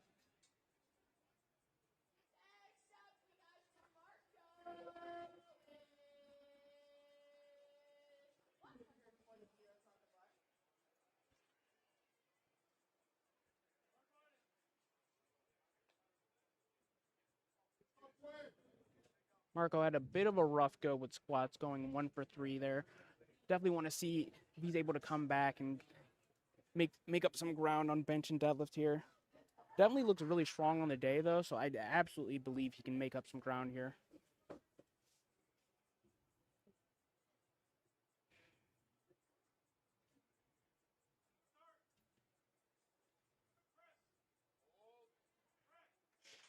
Yeah, it looks like he's still, strength's not a problem for him so far. That was a good lift for him. And it's kind of touching on like the different leverages for different lifters. DeMarco's a really big deadlifter, but we see how that sort of plays into the bench press with those long deadlift arms, right? A very long way up, very long way down. So again, it just kind of further reflects how much different leverages play into the way a lifter's going to be lifting, right? Sometimes lifters are either blessed or not blessed with certain limb lengths. I mean, that's just kind of the reality of it. Femur lengths, torso lengths, right? All those things, and it's gonna determine and impact on how somebody lifts. So Jordan, on the other hand, is somebody who has a really solid bench technique there with those shorter arms. Is able to kind of produce a larger arch. But then that might not be in his favor when it comes to the deadlift, right? Having to bring that bar a little bit closer or a little higher up off the ground. So, I mean, there's pros and cons to everything. Absolutely. Very solid bench there by Jordan.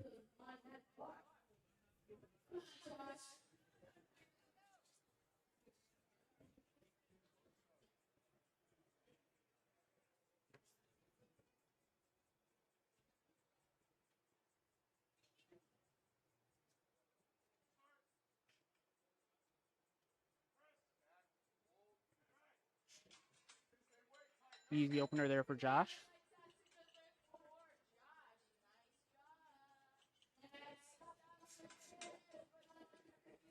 Matthias here, who I believe is our leader in terms of dots, looking to build upon that lead here on the bench press as well.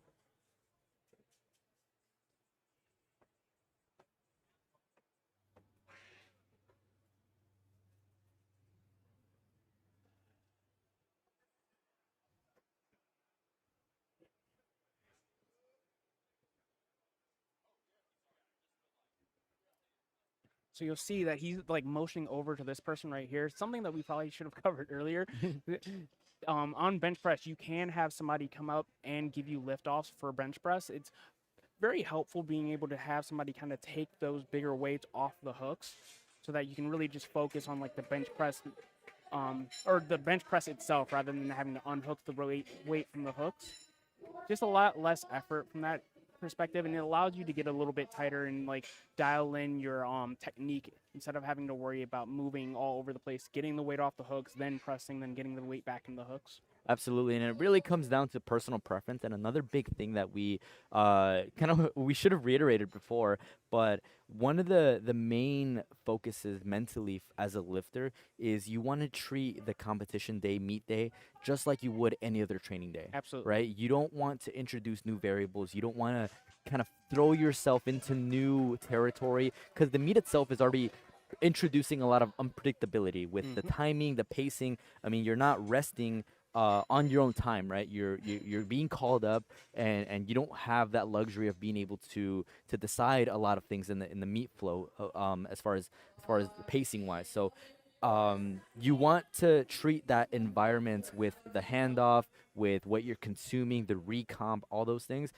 as close as how you live day to day and how you train, because that's what's going to make your body most comfortable. That's what it's used to, and that's what's going to allow you to lift at your best. Absolutely. And that's why you see some people will opt to not have a person give them handoffs just because that's another variable they don't have to manage. And then you'll see people have very like long, drawn out conversations with their handoff person just to make sure that they're getting the same handoff that they would usually get in training, just to reduce that variable down so they're not experiencing a different handoff that they would get while training for bench press, because that can definitely throw off your technique, your positioning, which can obviously impact whether or not you make the lift.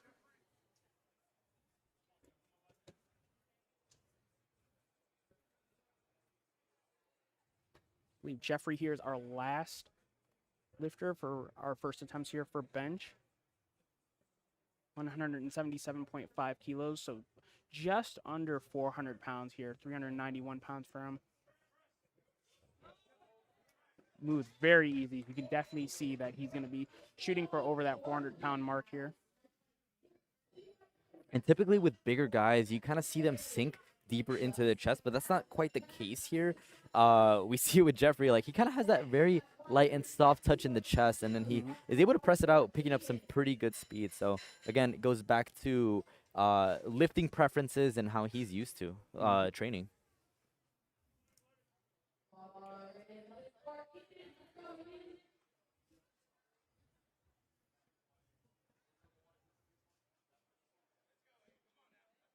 Again, ladies and gentlemen, if you're watching on the live stream, let us know who you guys are supporting, where you guys are watching from. We want to see you guys cheering on those lifters. We'll put your comments out here on the live stream, so just let us know who you guys are supporting. We would love to engage with you guys.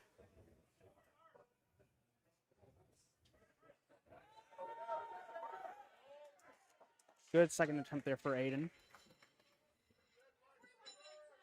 Gets those 3 whites, good lift. And again, good thing recovering here, going 1 for 3 on squats, but ending 2 for 2 so far on bench. So picking up some momentum, and that's what you want. Again, building momentum.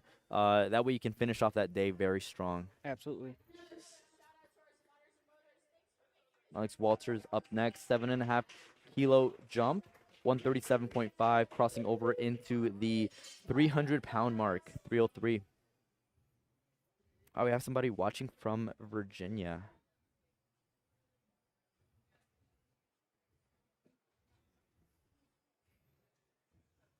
Long way out. Yeah, very long way out indeed.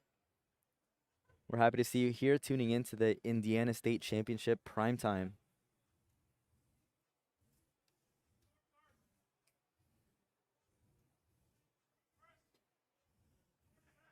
Very fast attempt there for Alex.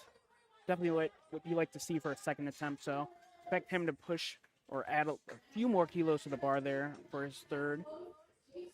Same weight here for Jason.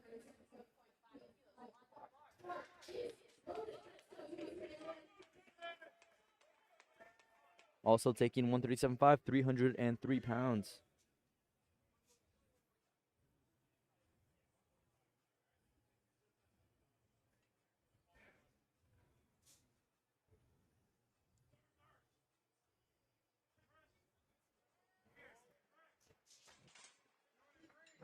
Very easy second attempt there for Jason.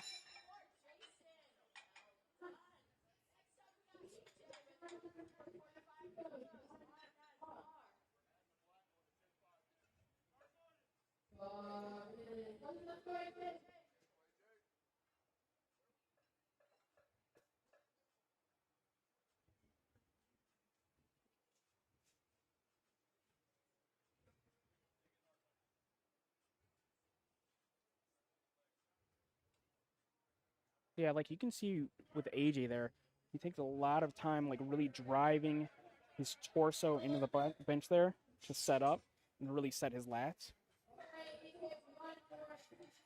Yeah, again, I think this weight was just a little bit too much for him. I mean, I kind of am wanting to question the attempt selection here. I mean, going from 130 to 145, it's a 15-kilo jump. I mean, that's something you really don't see in the bench press. And I mean, especially at these weights, that's a whole lot of weight you're jumping from one attempt to the next. I mean, I'm just kind of being honest there. I mean, that's a lot of weight to cover. Yeah, I feel like with bench press, like it's very easy to like get to your top end very quickly.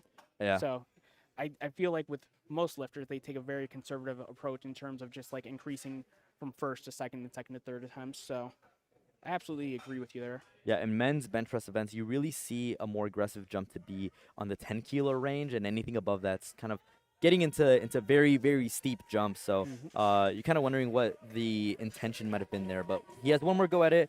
Meanwhile, DeMarco picks up 10 kilos, 150 is credit to him. Good lift. Matthias Cash up next. So if you recall, Matthias actually went after Jordan, but they both are going to take 157.5 following each other. And it is now Matthias coming up next, 157.5, second attempt bench press. Mhm.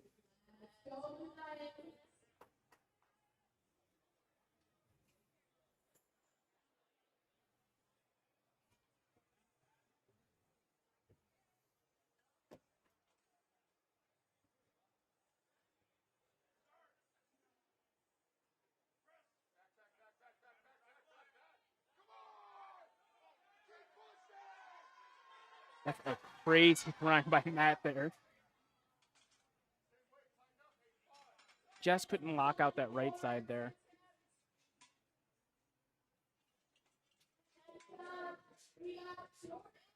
Yeah, it looked like he was just a little bit stalled out. Tricep there just couldn't lock it out, but I mean, he has one more go at it. And next we have kind of a people's favorite here, Jordan, coming up next, same weight. We got some love for Jordan in the chat, 75 kg. That's a massive bench for 75 kilo lifters, both from Absolutely is. Matthias and Jordan. Jordan's also a junior lifter, so he's aged 20 to 23. I believe he's 20 years old. That's crazy. 21, yeah.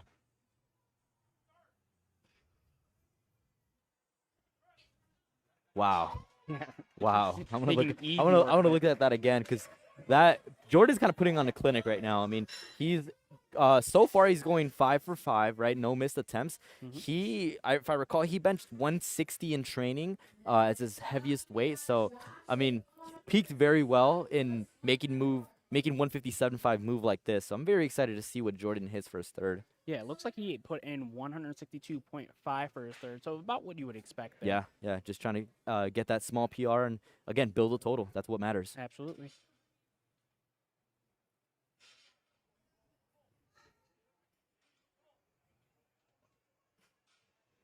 Joshua here with a 12.5 kilo jump from his first attempt. Moved really quick there, too.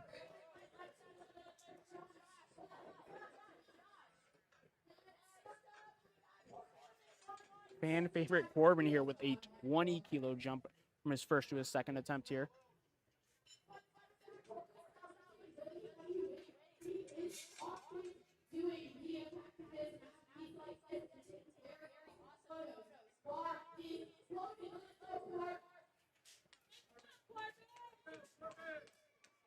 Yeah, in case that name sounds familiar to you, Corbin Long also does meet photography here at Circle City Strength for a lot of their meets. So definitely one of the stronger photographers that I know of.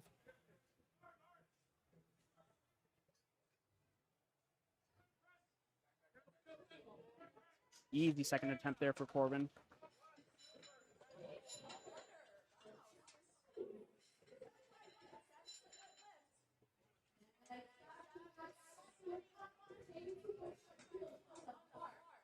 Yana, aka Sonny, going with a 10 kilo jump here from his first to his second attempt, looking to go 5 for 5 for his first 5 attempts here.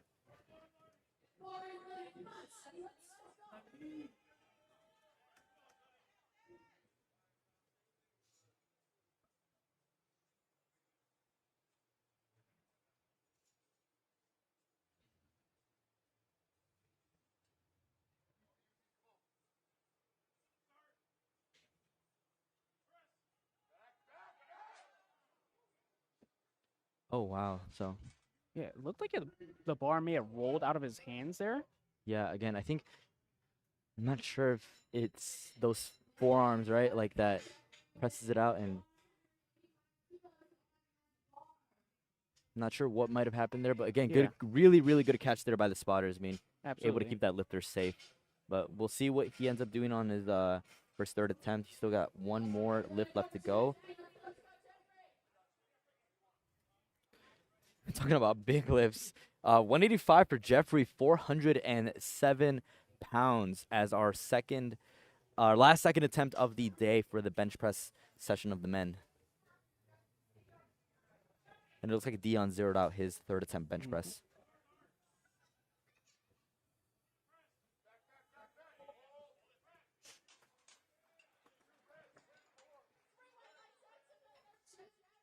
Yeah, this is a very smooth second attempt here for Jeffrey. Having a really good day so far. 5 for 5. No missed Absolutely. lifts so far.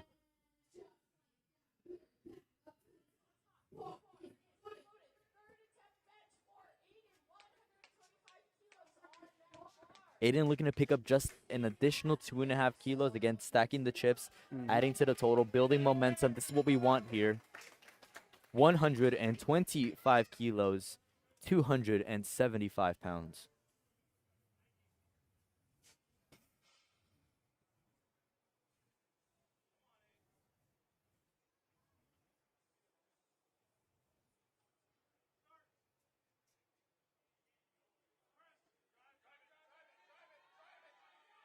Great third attempt there by Aiden. It looks like the judges agree that's a good lift.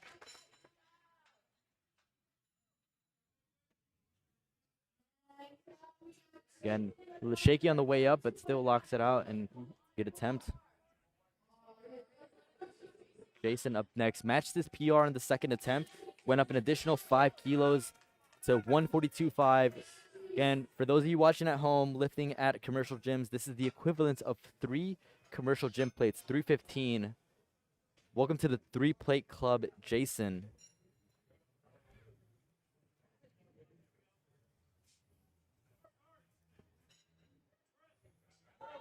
There it is, yeah.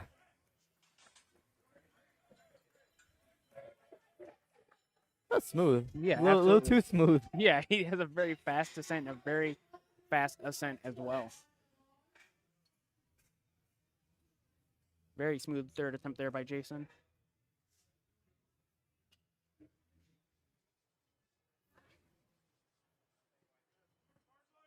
Next up here is Alex, looking to go 6 for 6 through his first 6 attempts here with 145 kilos.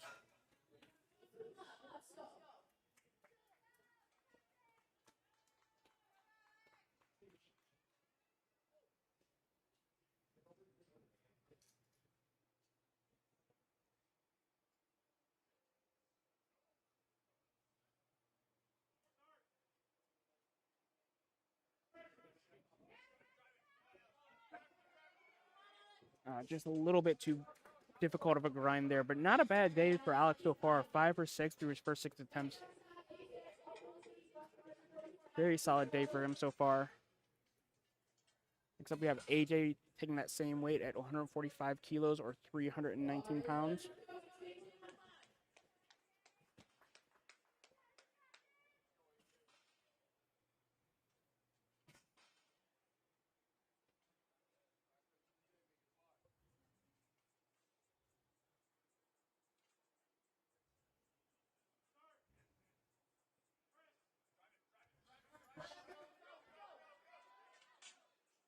Yeah, that bar sort of just kind of rolled back and came towards his face. So good job on the spotters and being able to catch that weight. But, I mean, you kind of see how that bar path sort of shifted towards, yeah, I mean, those elbows sort of flared out and lost that positioning. But, I mean, very close attempt there.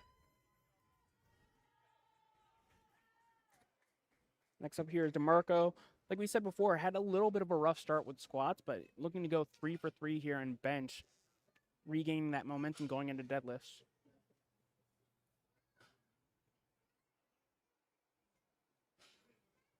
Definitely looks like there's a lot of DeMarco supporters in the chat. That's what you like to see.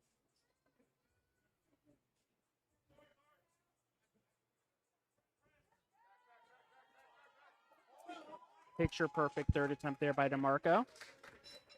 And I just want to highlight the comeback he's sort of seeing, right? Absolutely. He went 1 for 3 on squats, almost bombed out.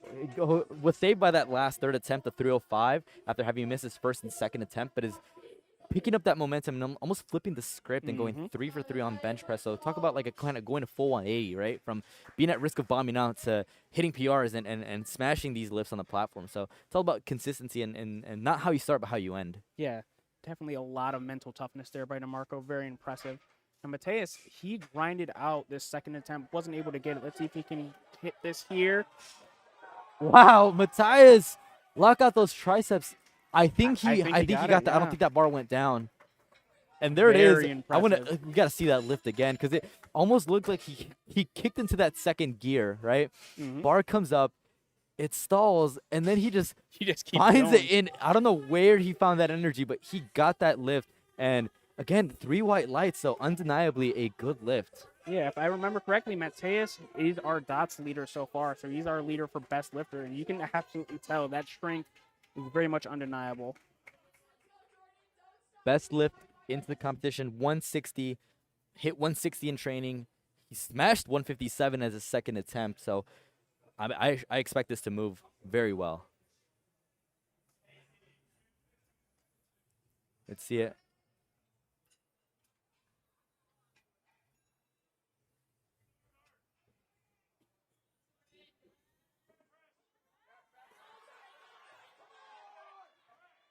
Very good third attempt there by Jordan. That's a good lift. Yeah, nothing but perfect there by Jordan. Perfect execution. 3 for 3 on squats, 3 for 3 on benches, and then he's really putting himself and setting himself up to have an amazing day. I mean, already Absolutely. PRing on both lifts. He's gonna PR the total. Yeah, this is a phenomenal performance.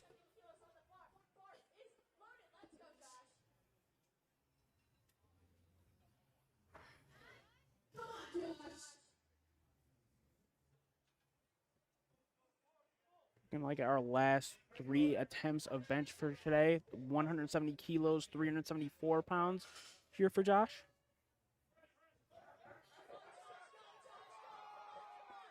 Very strong lockout there. It looks like that's a good lift. Again, didn't quite stall. Just was consistently fighting through the whole lift. I mean, you see those elbows shaking from just a sheer amount of weight, but I mean, that seems to be no issue for Joshua. Goes 3 for 3 on the bench. Mm-hmm.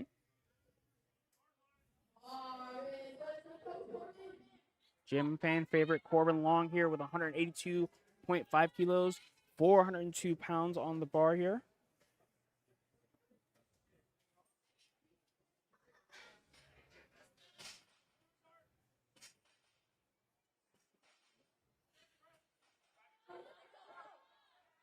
Very smooth third attempt there by Corbin. Yeah, referees say 3 white lights, and yeah, nothing less than just a easy attempt there. Almost looked like he's warming up on the platform here. Absolutely.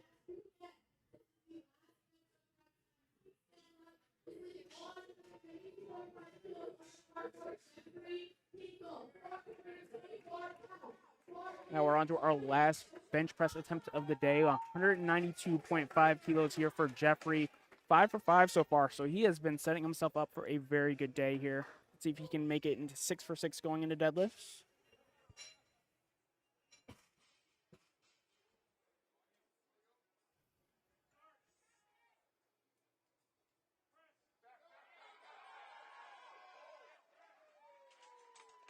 Very sound third attempt there by Jeffrey. That's a good lift. And that feat on its own is already something to be very, very proud of. I mean, going 6 for 6 and hitting PRs, I mean, just like Jordan also had it here and Jeffrey, right? I mean, these guys are putting on a clinic, right? They're Absolutely. executing and they're showing you why they deserve to be on this primetime stage. So we have just concluded the bench press portion of the competition. Let's take a look at how these forecasted placings have shown up.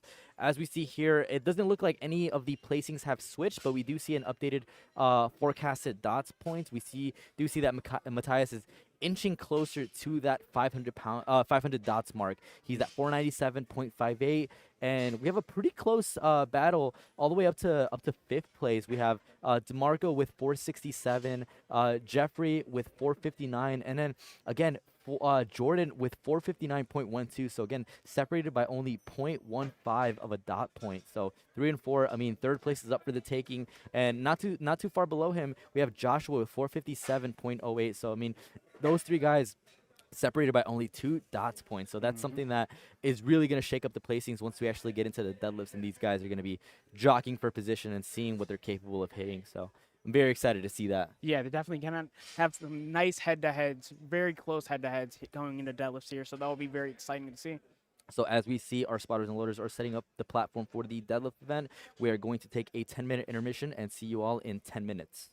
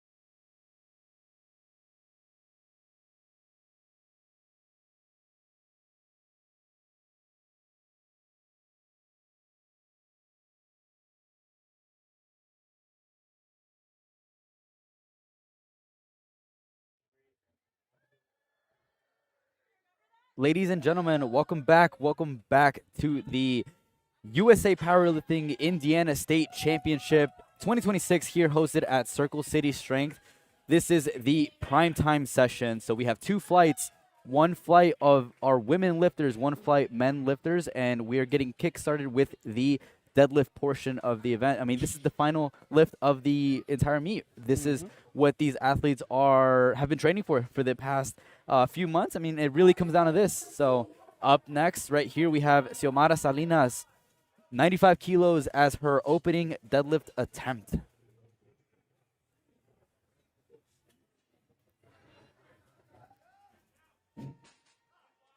Yeah, very smooth opener there for Xiomara. And again, we are your two commentators. My name is Kevin Serrano, and I'm here joined by Terrell Howard. And we have been commentating for the past session, so we are very happy to bring you guys the action, the play-by-play, and just everything going on that you guys see here on screen. So if you guys are joining us on the live stream, let us know who you guys are supporting. We'd be more than happy to shout out people as they come out onto the platform and just talk to us. I mean, we want to see what you guys are up to, and let us know who you guys are supporting.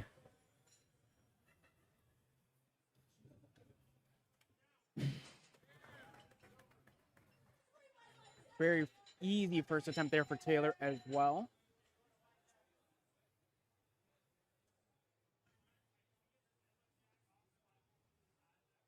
And for those of you watching at home that also want to see the attempts, the leaderboard, and the forecasted placings, go ahead and visit liftingcast.com/meets. Go ahead and scroll to USA Powerlifting Indiana State Championship, and you can go ahead and follow the action along right there on the screen. Next up here is Gracie, who apparently used to be a gymnast, which I find very impressive because I feel like I can't even do a backflip. So the fact that she's able to compete in gymnastics and powerlifting, very impressive. Yeah, it definitely helps you on the mobility aspect, but I mean, very two distinct sports there. But unfortunately, it looks like she gets called no lift for a lockout, so they didn't believe her shoulders were fully back. Let's see if we can catch that replay. So I think it might have been the knees. Knees, yeah. Her knees might have not been fully locked out. So that's one thing that these referees are also looking for is knees to be back and those knees to be locked out. So needs to make that adjustment. But again, weight moved very easy. Absolutely. So shouldn't be an issue.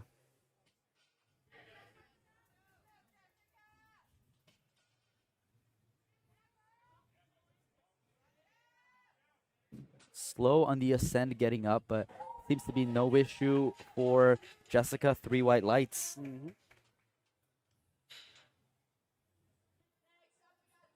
Zoe Myers up next. 140 kilos on the bar.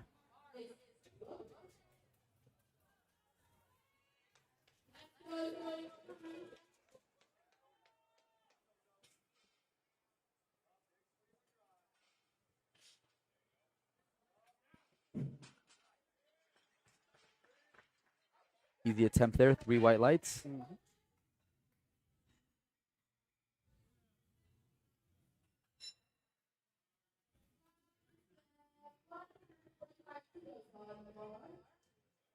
Next up here is Robin with 145 kilos. It says here that Robin once jumped out of an airplane. So compared to deadlift, I feel like that's much more scary.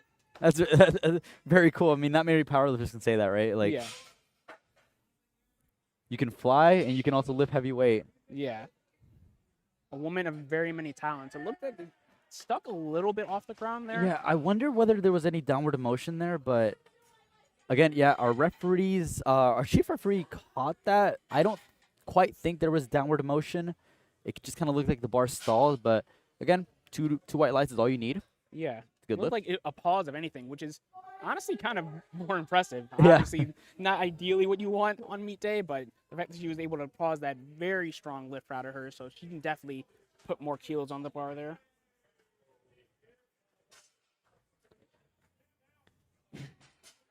Another very easy first attempt there for Ella, 150 kilos there, so about 330 pounds.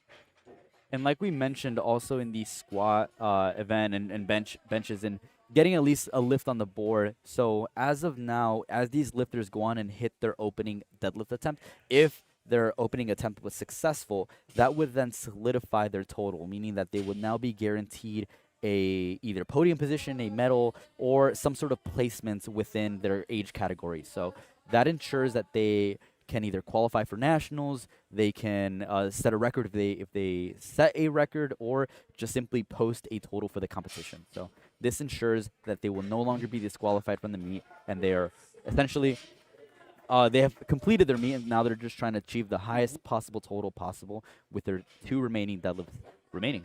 Mhm.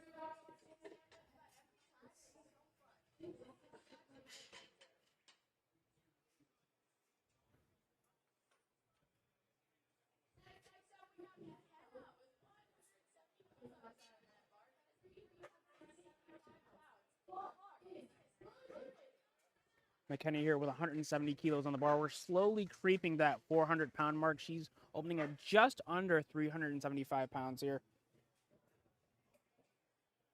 Moved extremely well. Looks like a very good lift for her. It does look like the center ref called her, I believe, correct me if I'm wrong, Kevin, that red card there means that it is probably a lockout issue. Correct me if I'm Yeah, wrong? so she got a red card from the chief referee indicating that either one of two things were true. So either her shoulders were not fully back or locked out, or her knees were not locked out. So any one of those two things could mean with the red card violation. But again, 2-1, good lift. Absolutely. Not really too much to worry about there.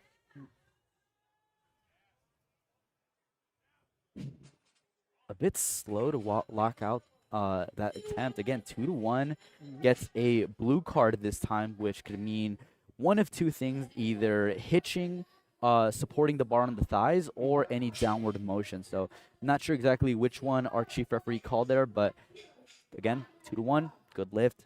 Yeah, if I had to make a guess there, to me, I don't think it was supporting of the thighs, but I can see why the head ref would call that there. It looked like it was just a little bit slow of a lockout on her thighs, which isn't necessarily supporting the thighs, but it's that gray area, right? Where it's like some refs might see it that way, some refs might not. So that might be something that she just has to be aware of going into her next couple of attempts here. So as we saw, 107.5 was her best attempt there. 105 is her current attempt, and let's see what the refs say. I kind of expected that. If you could see on the replay here, she did kind of lean back and support that bar on her thigh. So both of our side referees were able to call that. And again, not a strength issue. I think it's just a positioning and adjustment issue she needs to make on not leaning so far back and supporting that bar on her thighs.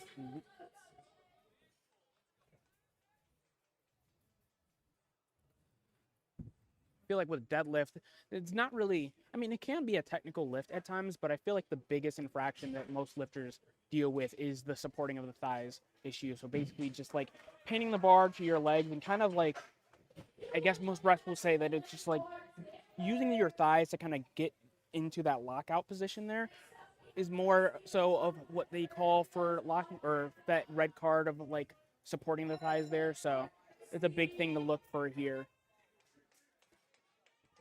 Missed 122.5, went up 7.5 kilos to 130. Let's see how this change in attempt plays out for Gracie.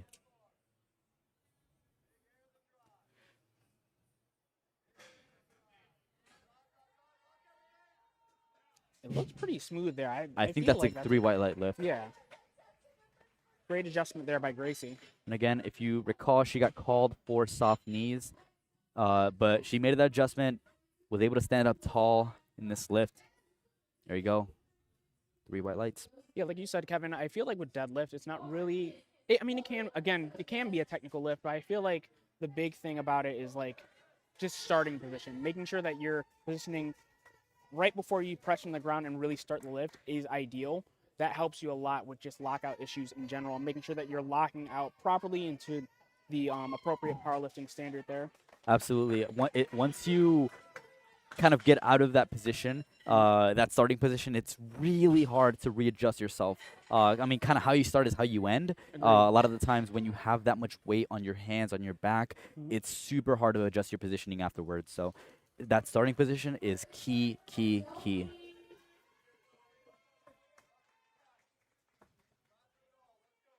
10-kilo jump here for Zoe, 331 pounds.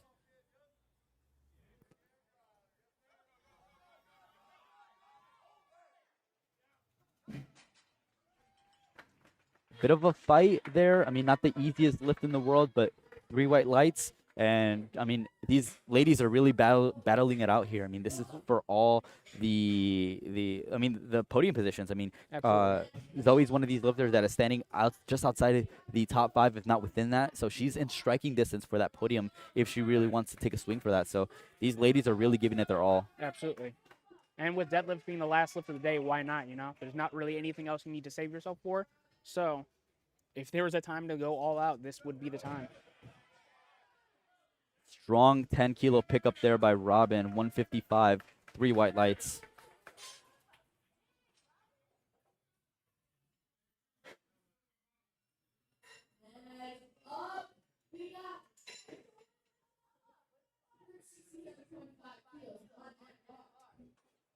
This is just 5 kilos shy of Ella's all-time best. Mm-hmm.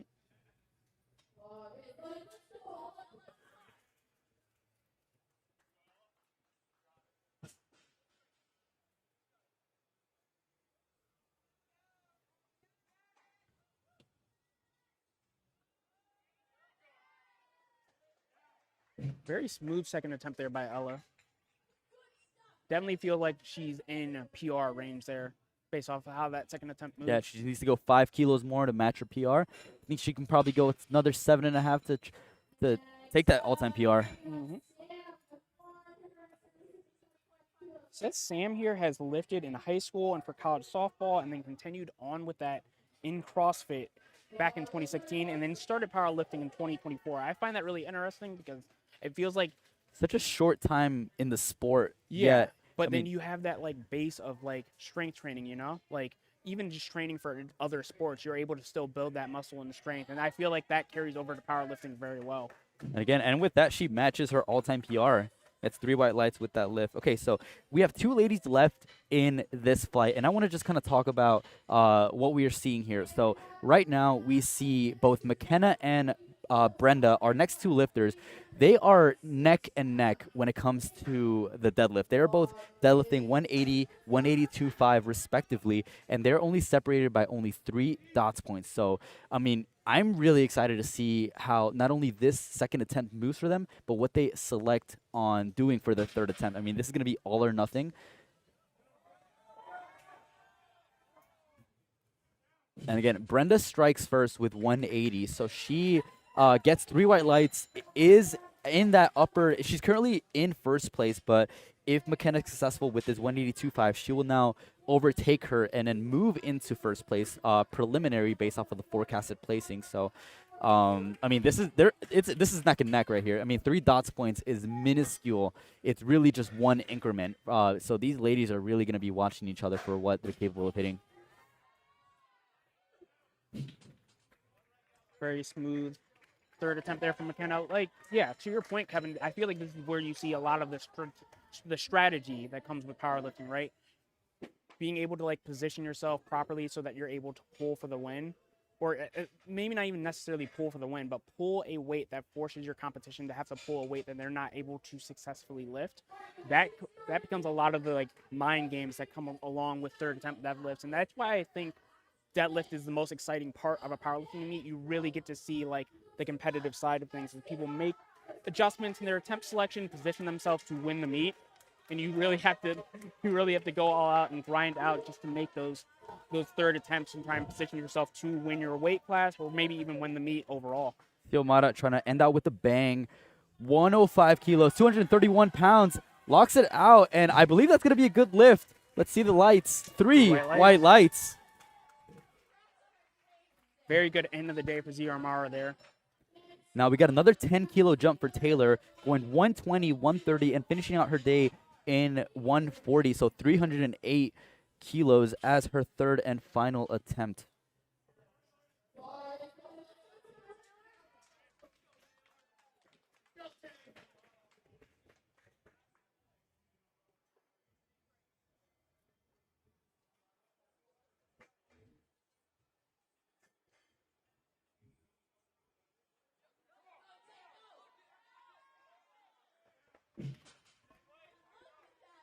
Really good looking third attempt there for Taylor. That's a good lift. Next up here is Gracie. Her third attempt, 150 kilos, 308 pounds here on the bar. Not quite at her all-time best, but she is crossing again above that 300-pound mark. So, I mean, that in itself is a really big milestone to achieving here. And then let's just take a moment to acknowledge that she is 16 years old, lifting in the prime time, lifting over 300 pounds.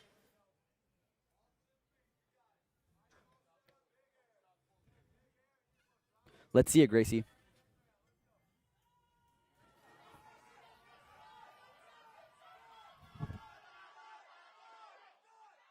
Wow.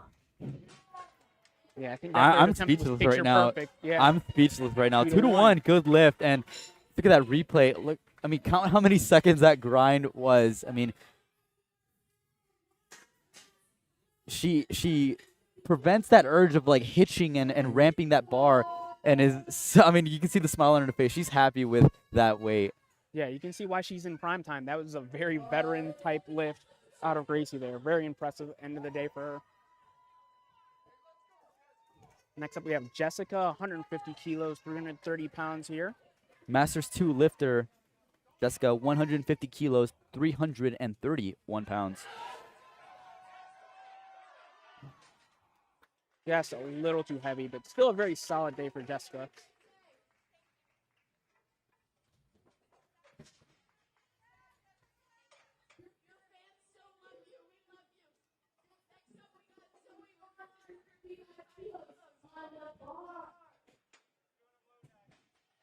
As we heard our MC say 155 kilos is loaded for Zoe. That is also her current all-time best deadlift, so she's matching her competition best here. Zoe Myers, our junior lifter.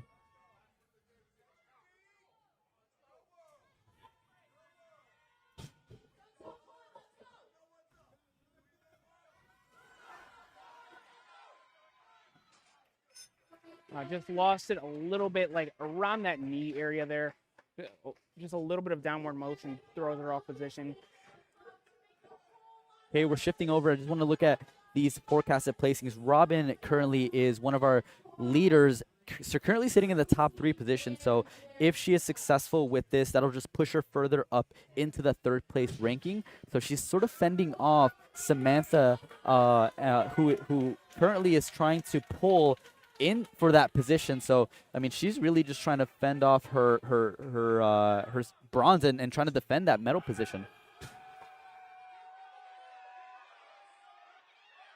Oh my goodness, Robin locks it out, gets the down signal. Let's see what the refs say.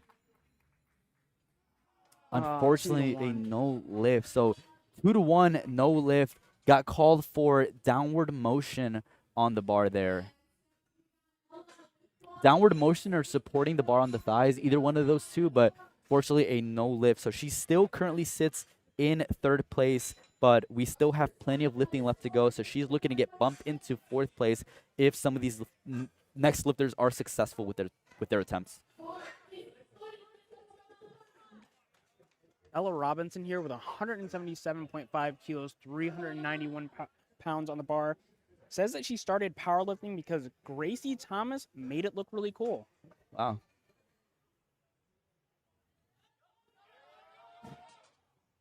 Just a little too heavy on the day. Still a very solid 7 for 9 day for Ella there. All right, Brenda's going to be one of our leaders here, one of our lifters who's currently sitting within the top 3. Currently, she's forecasted in the 2nd place position. If successful with this lift, she'll remain in that position. Again, just looking to fend off anyone trying to sneak into that 2nd place medal slot.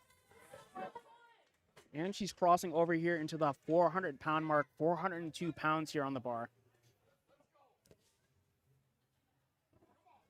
Can we have a successful deadlift here and break the curse in Brenda? 402. Locks it out, and she gets it. She gets a down command. 3 white lights. Very impressive day for Brenda there.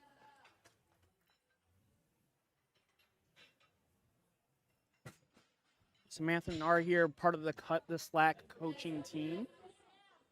So Samantha currently sitting in 4th place. And if you see here in the women's top 10 forecasted placings, so this is forecasted, this is assuming they hit their 3rd attempt. So Samantha currently put in 190 kilos, 418 pounds in order to sneak into that bronze medal position. Currently sitting in 4th, looking to pull herself into 3rd place.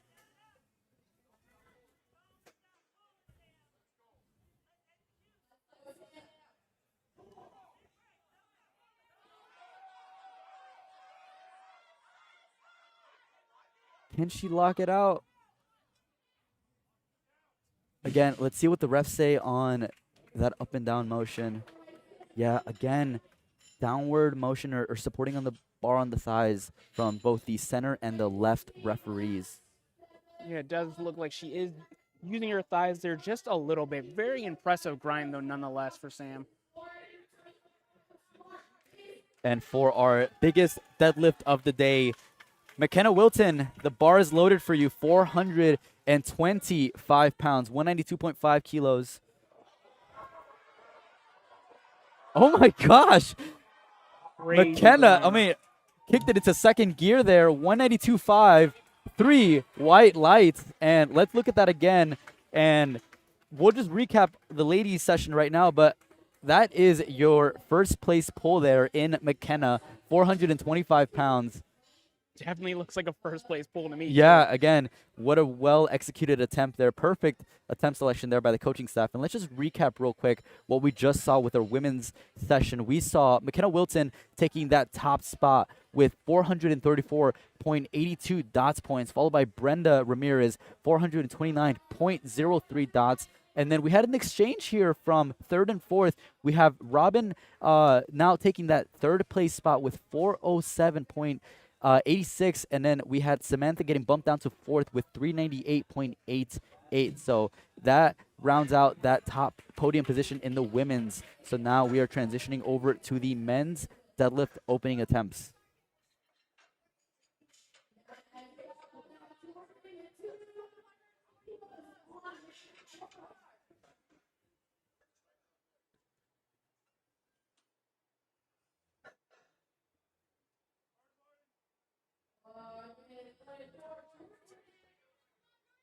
Circle City strength, very own Jordan here on his first attempt with 240 kilos, 529 pounds.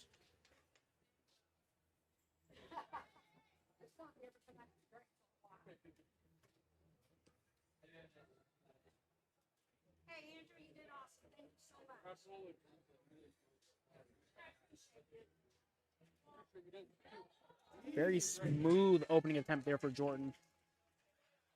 3 white lights, a good lift for Jordan. Very smooth, very fast. Absolutely what you want out of an opener. Next up, we have Jason with the same weight here.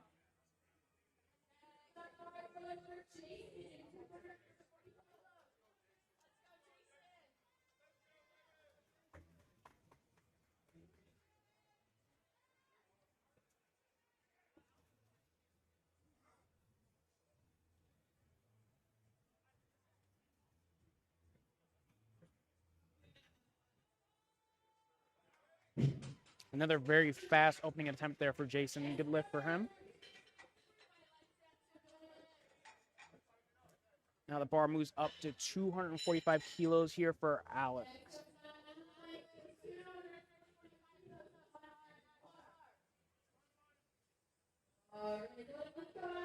And it says 300 kilos for his best deadlift. So you anticipate that he'll make a few big jumps here to get from 1st to 2nd and 2nd to 3rd, assuming all of his attempts go well.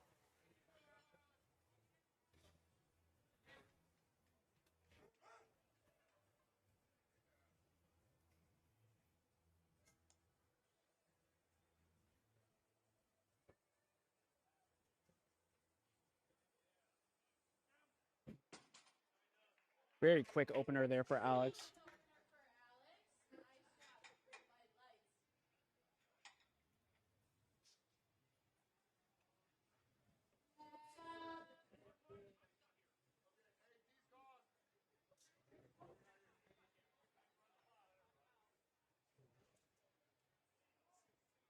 Next up here, Dion Sonny Casey. He had a bit of an issue here with his second bench attempt and then scratched his third. We're going to be really interested to see how if that affects his deadlift at all here, or if he's able to power through it and put together a big pull here regardless of what happened during his bench attempts. Again, minor setback there, but he has the opportunity to stack on kilos and build his total here. I mean, again, 3 attempts is still a lot of ground to be able to cover, especially in the deadlift event. I mean, deadlifts are going to be the lift where you're lifting the most amount of weight and where you can really, I mean, grind out, right? Like any attempt there. I mean, any attempt that you load on the bar for some of these lifters, they have an opportunity to lift it. I mean, all you really have to do is get your mind right for it. Right. It does look like he's going to time out here for his opening attempt. I'm not sure if that is just him not being able to make it out to the platform in time, or if there is an underlying, maybe perhaps an injury or something like that happened. So we'll wait to see if we get any more information on that there. But moving along, we have Joshua Sparks, 247.5 kilos. 275 is his all-time best, so we'll see if he can get anywhere near that today. But the bar's loaded now for Joshua.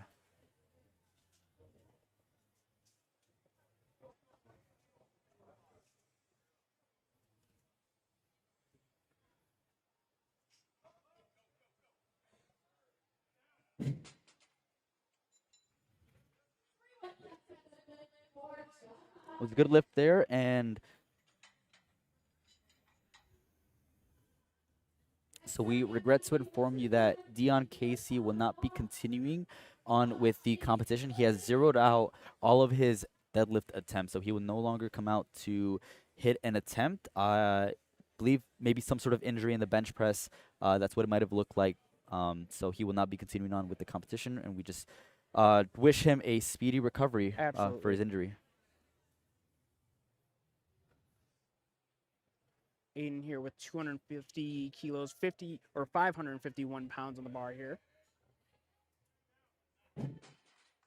Very strong and sound pull here by Aiden.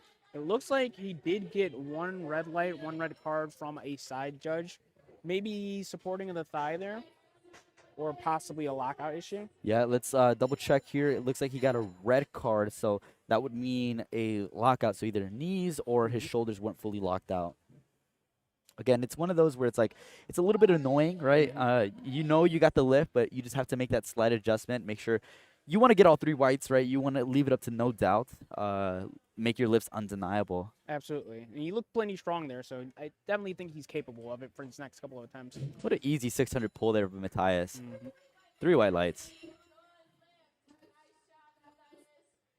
We talked earlier about like the different discrepancies that you might see from lifters from one lift to the next. I feel like you don't see that anymore than with deadlifts. Like seeing people who will have more of a sumo stance, so having their legs out wider, versus people who have their legs closer together and are doing more of a conventional deadlift. You can definitely see significant differences in technique and variation when it comes to different lifters using different deadlift techniques. So that makes deadlift, again, one of the more exciting lifts to watch throughout a powerlifting competition.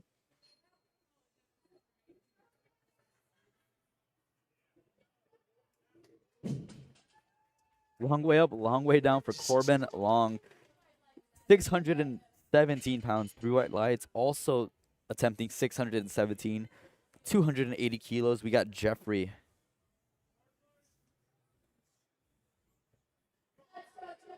Not too shy of his all-time best of 292.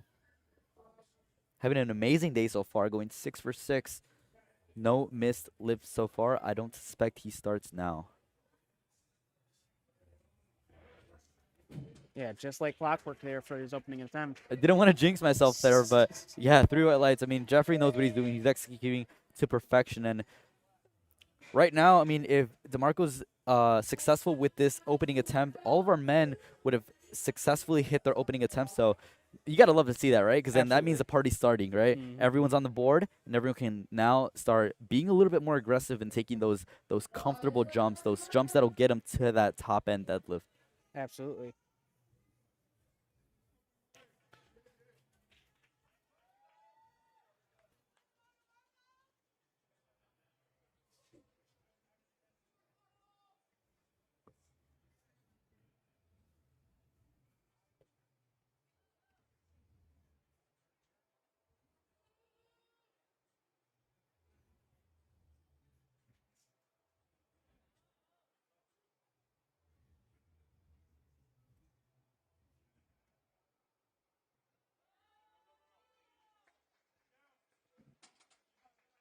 Very smooth first attempt for DeMarco there. 2-1. That's a good lift. Looks like he got a red card from one of the side judges here. Yeah, I think it's that left knee. Not quite locking it out. That might be why he got the red light there. But easy fix, I believe. Especially with how fast he made that attempt to move.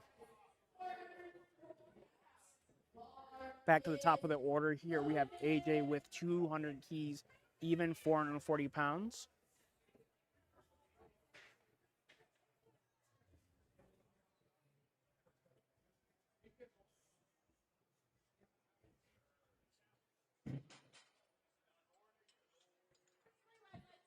Very easy. It looked like an opener, that attempt.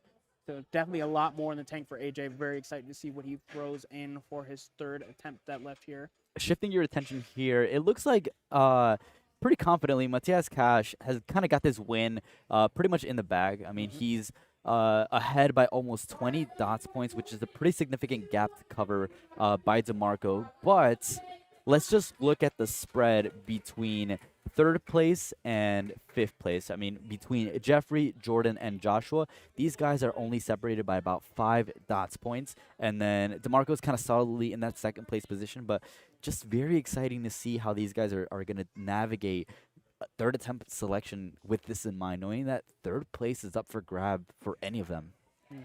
Yeah, do also want to give a shout out to DeMarco here. As you know, like the start of his day was a bit rough with squats. He has been on a tear ever since. That's like you said before, Kevin, it's about having a very short-term mindset, right? Like just because one lift isn't going your way doesn't mean that you can't have a great day coming out of it. And it looks like DeMarco's basically just executing that right now. Like ever since those squat attempts, he was able to get on the board with his third attempt squat, and then he's just been going attempt for or good lift for good lift for good lift ever since, and positioned himself back into the top 3 here going into second attempt deadlifts. Very impressive to see.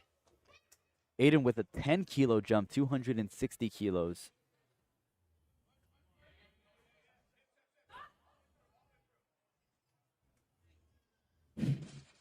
Yeah, it gets stuck on those quads, I think, I mean, really just the sheer amount of time he's been holding that weight, trying to get it past his quads with that sticking point, lost a little bit of grip, and just kind of every factor compounded over each other, and just a little bit too much there. I think he would have also been called for Supporting on the thighs yeah, and some hitching. Still plenty of time to get that cleaned up for his third attempt, though, for sure.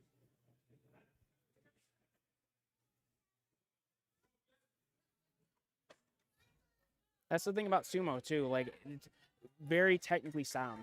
Even if you're plenty strong, like, if your technique or starting position's off, it can definitely affect that particular lift more than squat or bench or even conventional deadlift, for what it's worth. Jason here with 2 red lights. It looks like Had a bobble at the Yeah. at the top. So if you want to, let's look at this replay. As soon as that bar comes up, that bar dips back down. I mean, it's almost like the bar moves so fast that it took his body quite a bit of time to settle with it. So will not be credited with that lift. We'll have one more go at it as we move into the thirds.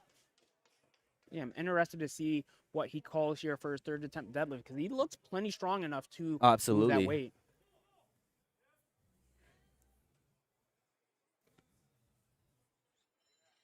Joshua here wasn't able to get that weight to move off the ground there. Again, sumo, the very technical lift.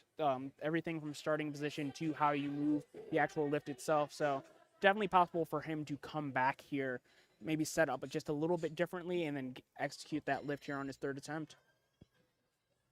Pretty big jump here for Alex Walters, 275. 30-kilo jump, 606 for your Indiana State chair. Bars loaded, Alex Walters.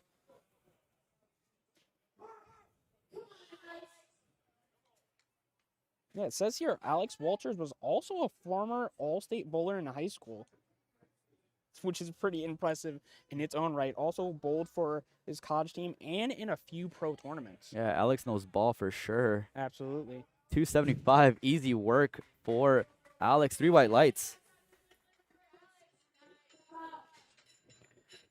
We appreciate this comment here. Commentators are crushing it right now. Thank you at Collaborative Strength. We appreciate the recognition, and it's been such a pleasure commentating with you guys. It's been fun.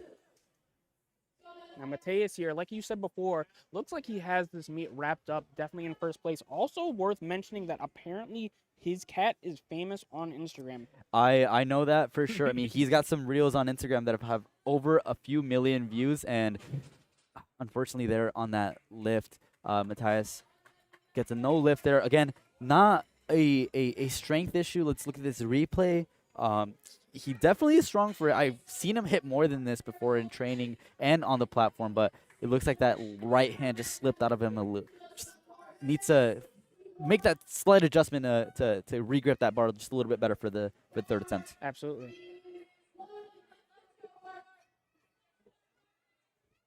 $300 kilos, 290 previous best, 300 trying to up that by 10 kilos. Yeah, Corbin has been on a tear, it seems like, all day long, PRing on plenty of his second attempts for all of his lifts so far. So it doesn't look like he's going to stop anytime soon. I mean, even after missing his third attempt squat, his 315 was already a PR. So he's been PRing consistently on each one of these lifts. So he's putting on a clinic right now with being able to smash 300 kilos. Just look at that right there. Absolutely.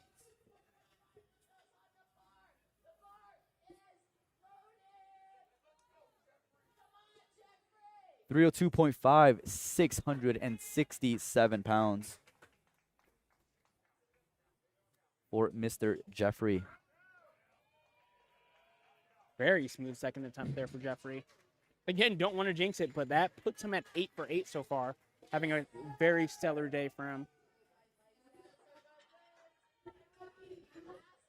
And our last deadlift of our second attempt is DeMarco here, crossing over into the 700-pound territory, 327.5 kilos or 722 pounds here on the bar for DeMarco.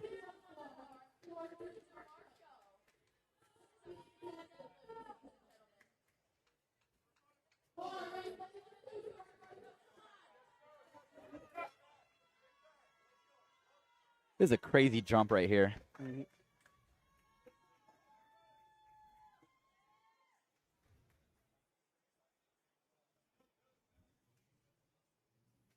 was a 32.5 kilo jump.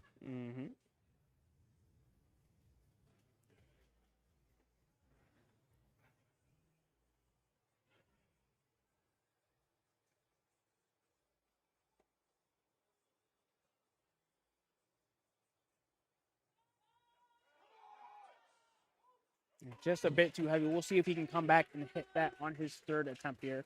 Again, kind of took a swing for the fences here, trying to pull himself into second place with that lift, but he'll have another go at it. But we are moving along into third attempt deadlifts here. AJ Snyder, first up, 220 kilos.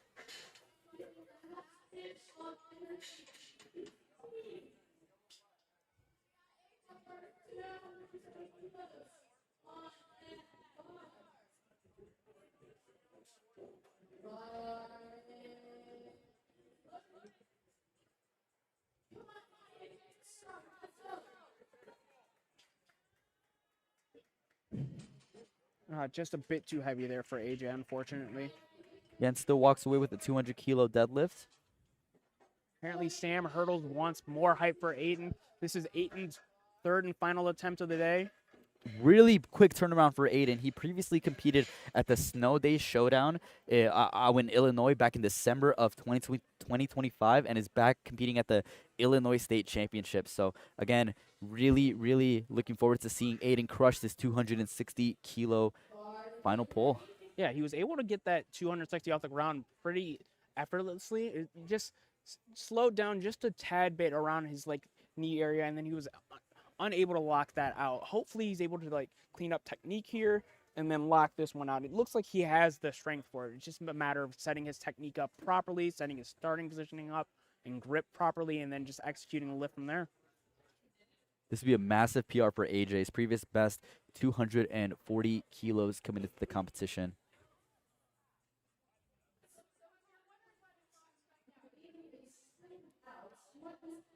255 kilos is his previous best. Apologize for Aiden. It does sound like, according to our MC, that he is timing out here. So Aiden will not attempt this lift here.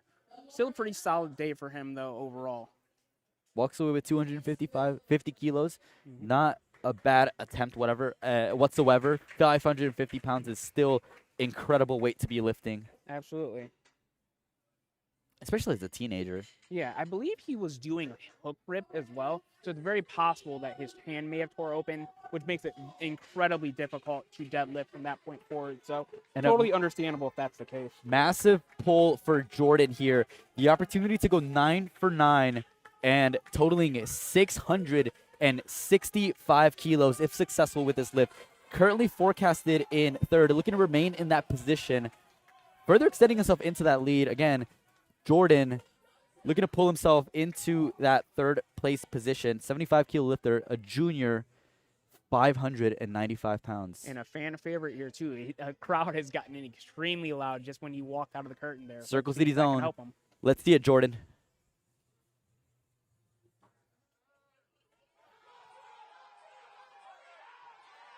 Oh, that's And what an incredible performance by Jordan there. A clinic. 9 for 9 PRs across the board. I know talking to him, he wanted 660, walks away with 665. Absolutely. What an incredible performance there.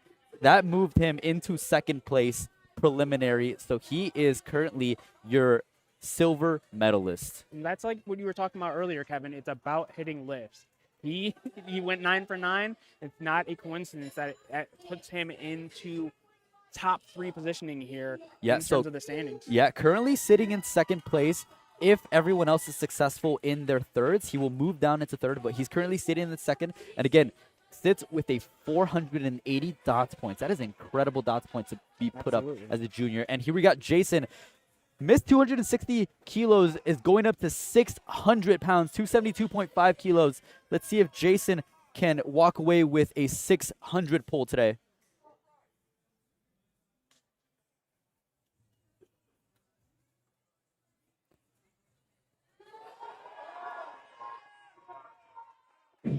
He made that lockout much more. I believe that is there. Yep. Yeah, 2 to and he 1, gets good 2 to lift. 1. Good lift. Had an incredible showing in the squats, a nice showing in the bench, and walks away with a 600 pull. And talk about a gamble there. Absolutely. From going to 240, missing 260, and then taking another jump to 272.5. I mean, all or nothing lift there. Well done for Jason.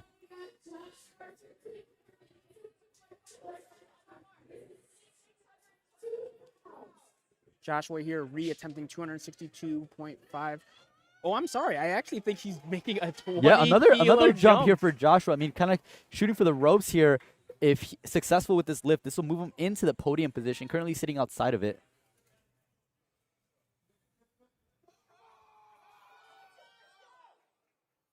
Just not there on the day, unfortunately, for Josh.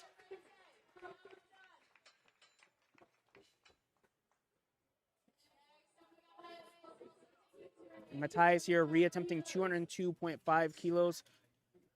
Again, he is your leader. He currently sits at a 504 dots points if successful with this 282.5.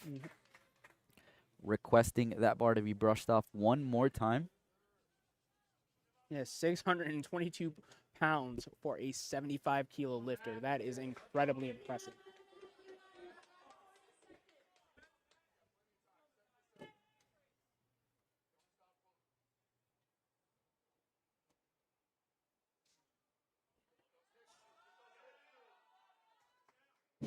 Let's see what the refs say on that lockout. 2 to 1. 2 to 1? Looks like a good lift. Good lift. Yep. Matthias, your leader, your champion, 504 dots.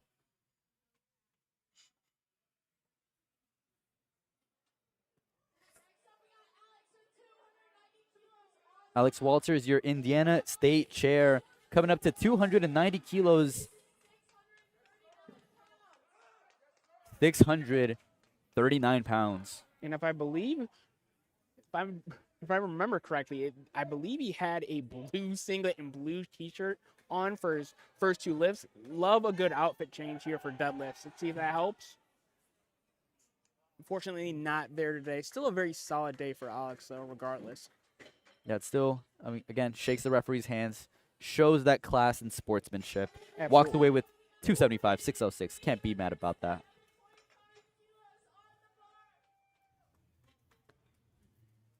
Again, talk about a PR here, right? So he already PR'd on the second attempt by 10 kilos and is looking to up that PR by another 7 for a total of 17.5 kilos on the deadlift for Mr. Corbin Long. And incredibly, this will put him over an 800 kilo total, positioning him at 805. Corbin Long, 307.5. Just slipped out of his left hand there. Looked very fast off the ground, too. Yeah, we can see here that left hand just kind of started opening up a little bit towards the top. Still a very impressive day out of Corbin. I challenge anybody watching the live stream to find a photographer who's putting up a near 800 kilogram total there. Now, a bold attempt here. Jeffrey going up to 320 kilos, currently sitting in third place, looking to move himself into second place, trying to bump Jordan down into the bronze medal position. Jeffrey locks it out, and referees say, Three white lights. Picture perfect day for Jeffrey there. 9 for 9 on the day. And our last deadlift of the meet. Very impressive day out of Jeffrey here. again, talk about a well-executed performance there by Jeffrey. Absolutely, from start to finish.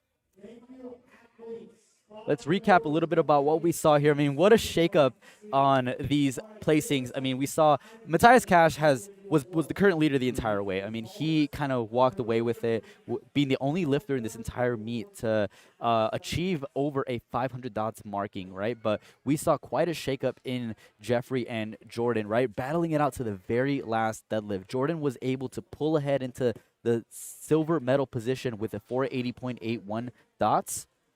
And then we had Jeffrey, who overtook that, pulling 320 and bumping Jordan down to third place as he wedged himself with a 483.05 dots. And then let's talk about fourth and fifth place and kind of the spread there. I mean, spread by only 10 kilos. DeMarco and Joshua spread, again, by 10 kilos. So a very tight race there all the way to the very end. So very exciting finish there for the men. What excited you the most about the men's session here? I think the deadlifts, really just being able to see people position themselves, and like especially Jordan, I feel like he had a great day from start to finish, and then positioned himself to where he was able to hit a top 3 spot overall, just based on just executing and hitting lift after lift after lift. So I don't know. I feel like those deadlifts were very impressive. Kind of seeing how that competition played out was the most exciting part of the day to me. Absolutely. I think reiterating on that, right? Jordan and Jeffrey, both lifters, were the only ones in the men's class to go 9 for 9. And we saw how going 9 for 9, that consistency, what we talked about from the very beginning, hitting lifts, being consistent, and being the better power lifter and being able to actually get lifts on the board is what gets you into the podium, is what gets you into the second and third place positions, right? That's what separates you from ending up lower on the placings, right? That's what really let it come down to the final deadlift, right? I Absolutely. mean, it was that consistency that allowed these lifters to really take it all the way to that final pull to decide who is going to be the bronze medalist, who's going to be the silver medalist. Of course, we know Matthias won with that gold medal pull, right? But, I mean, it was a really excellent showing till the very end. Absolutely. Yeah, and then, again, just a quick recap on the women's. We had McKenna winning with a 438 dots, followed by Brenda with a 429, and Robin with a 407 dots points. Well, ladies and gentlemen, that concludes the primetime session for the 2026 USA Powerlifting Indiana State Championship here, hosted by Circle City Strength. We're going to get kicked off with the awards ceremony. So it was a pleasure commentating for you guys. As a reminder, my name is Kevin Serrano, and I was joined by Terrell Howard. And a quick reminder that we are going to be starting day 2 of the Indiana State Championship meet tomorrow at 10 a.m. as well. So feel free to tune in to the Shepherd Strength YouTube channel, and we'll be having more lifts out here tomorrow at 10 a.m.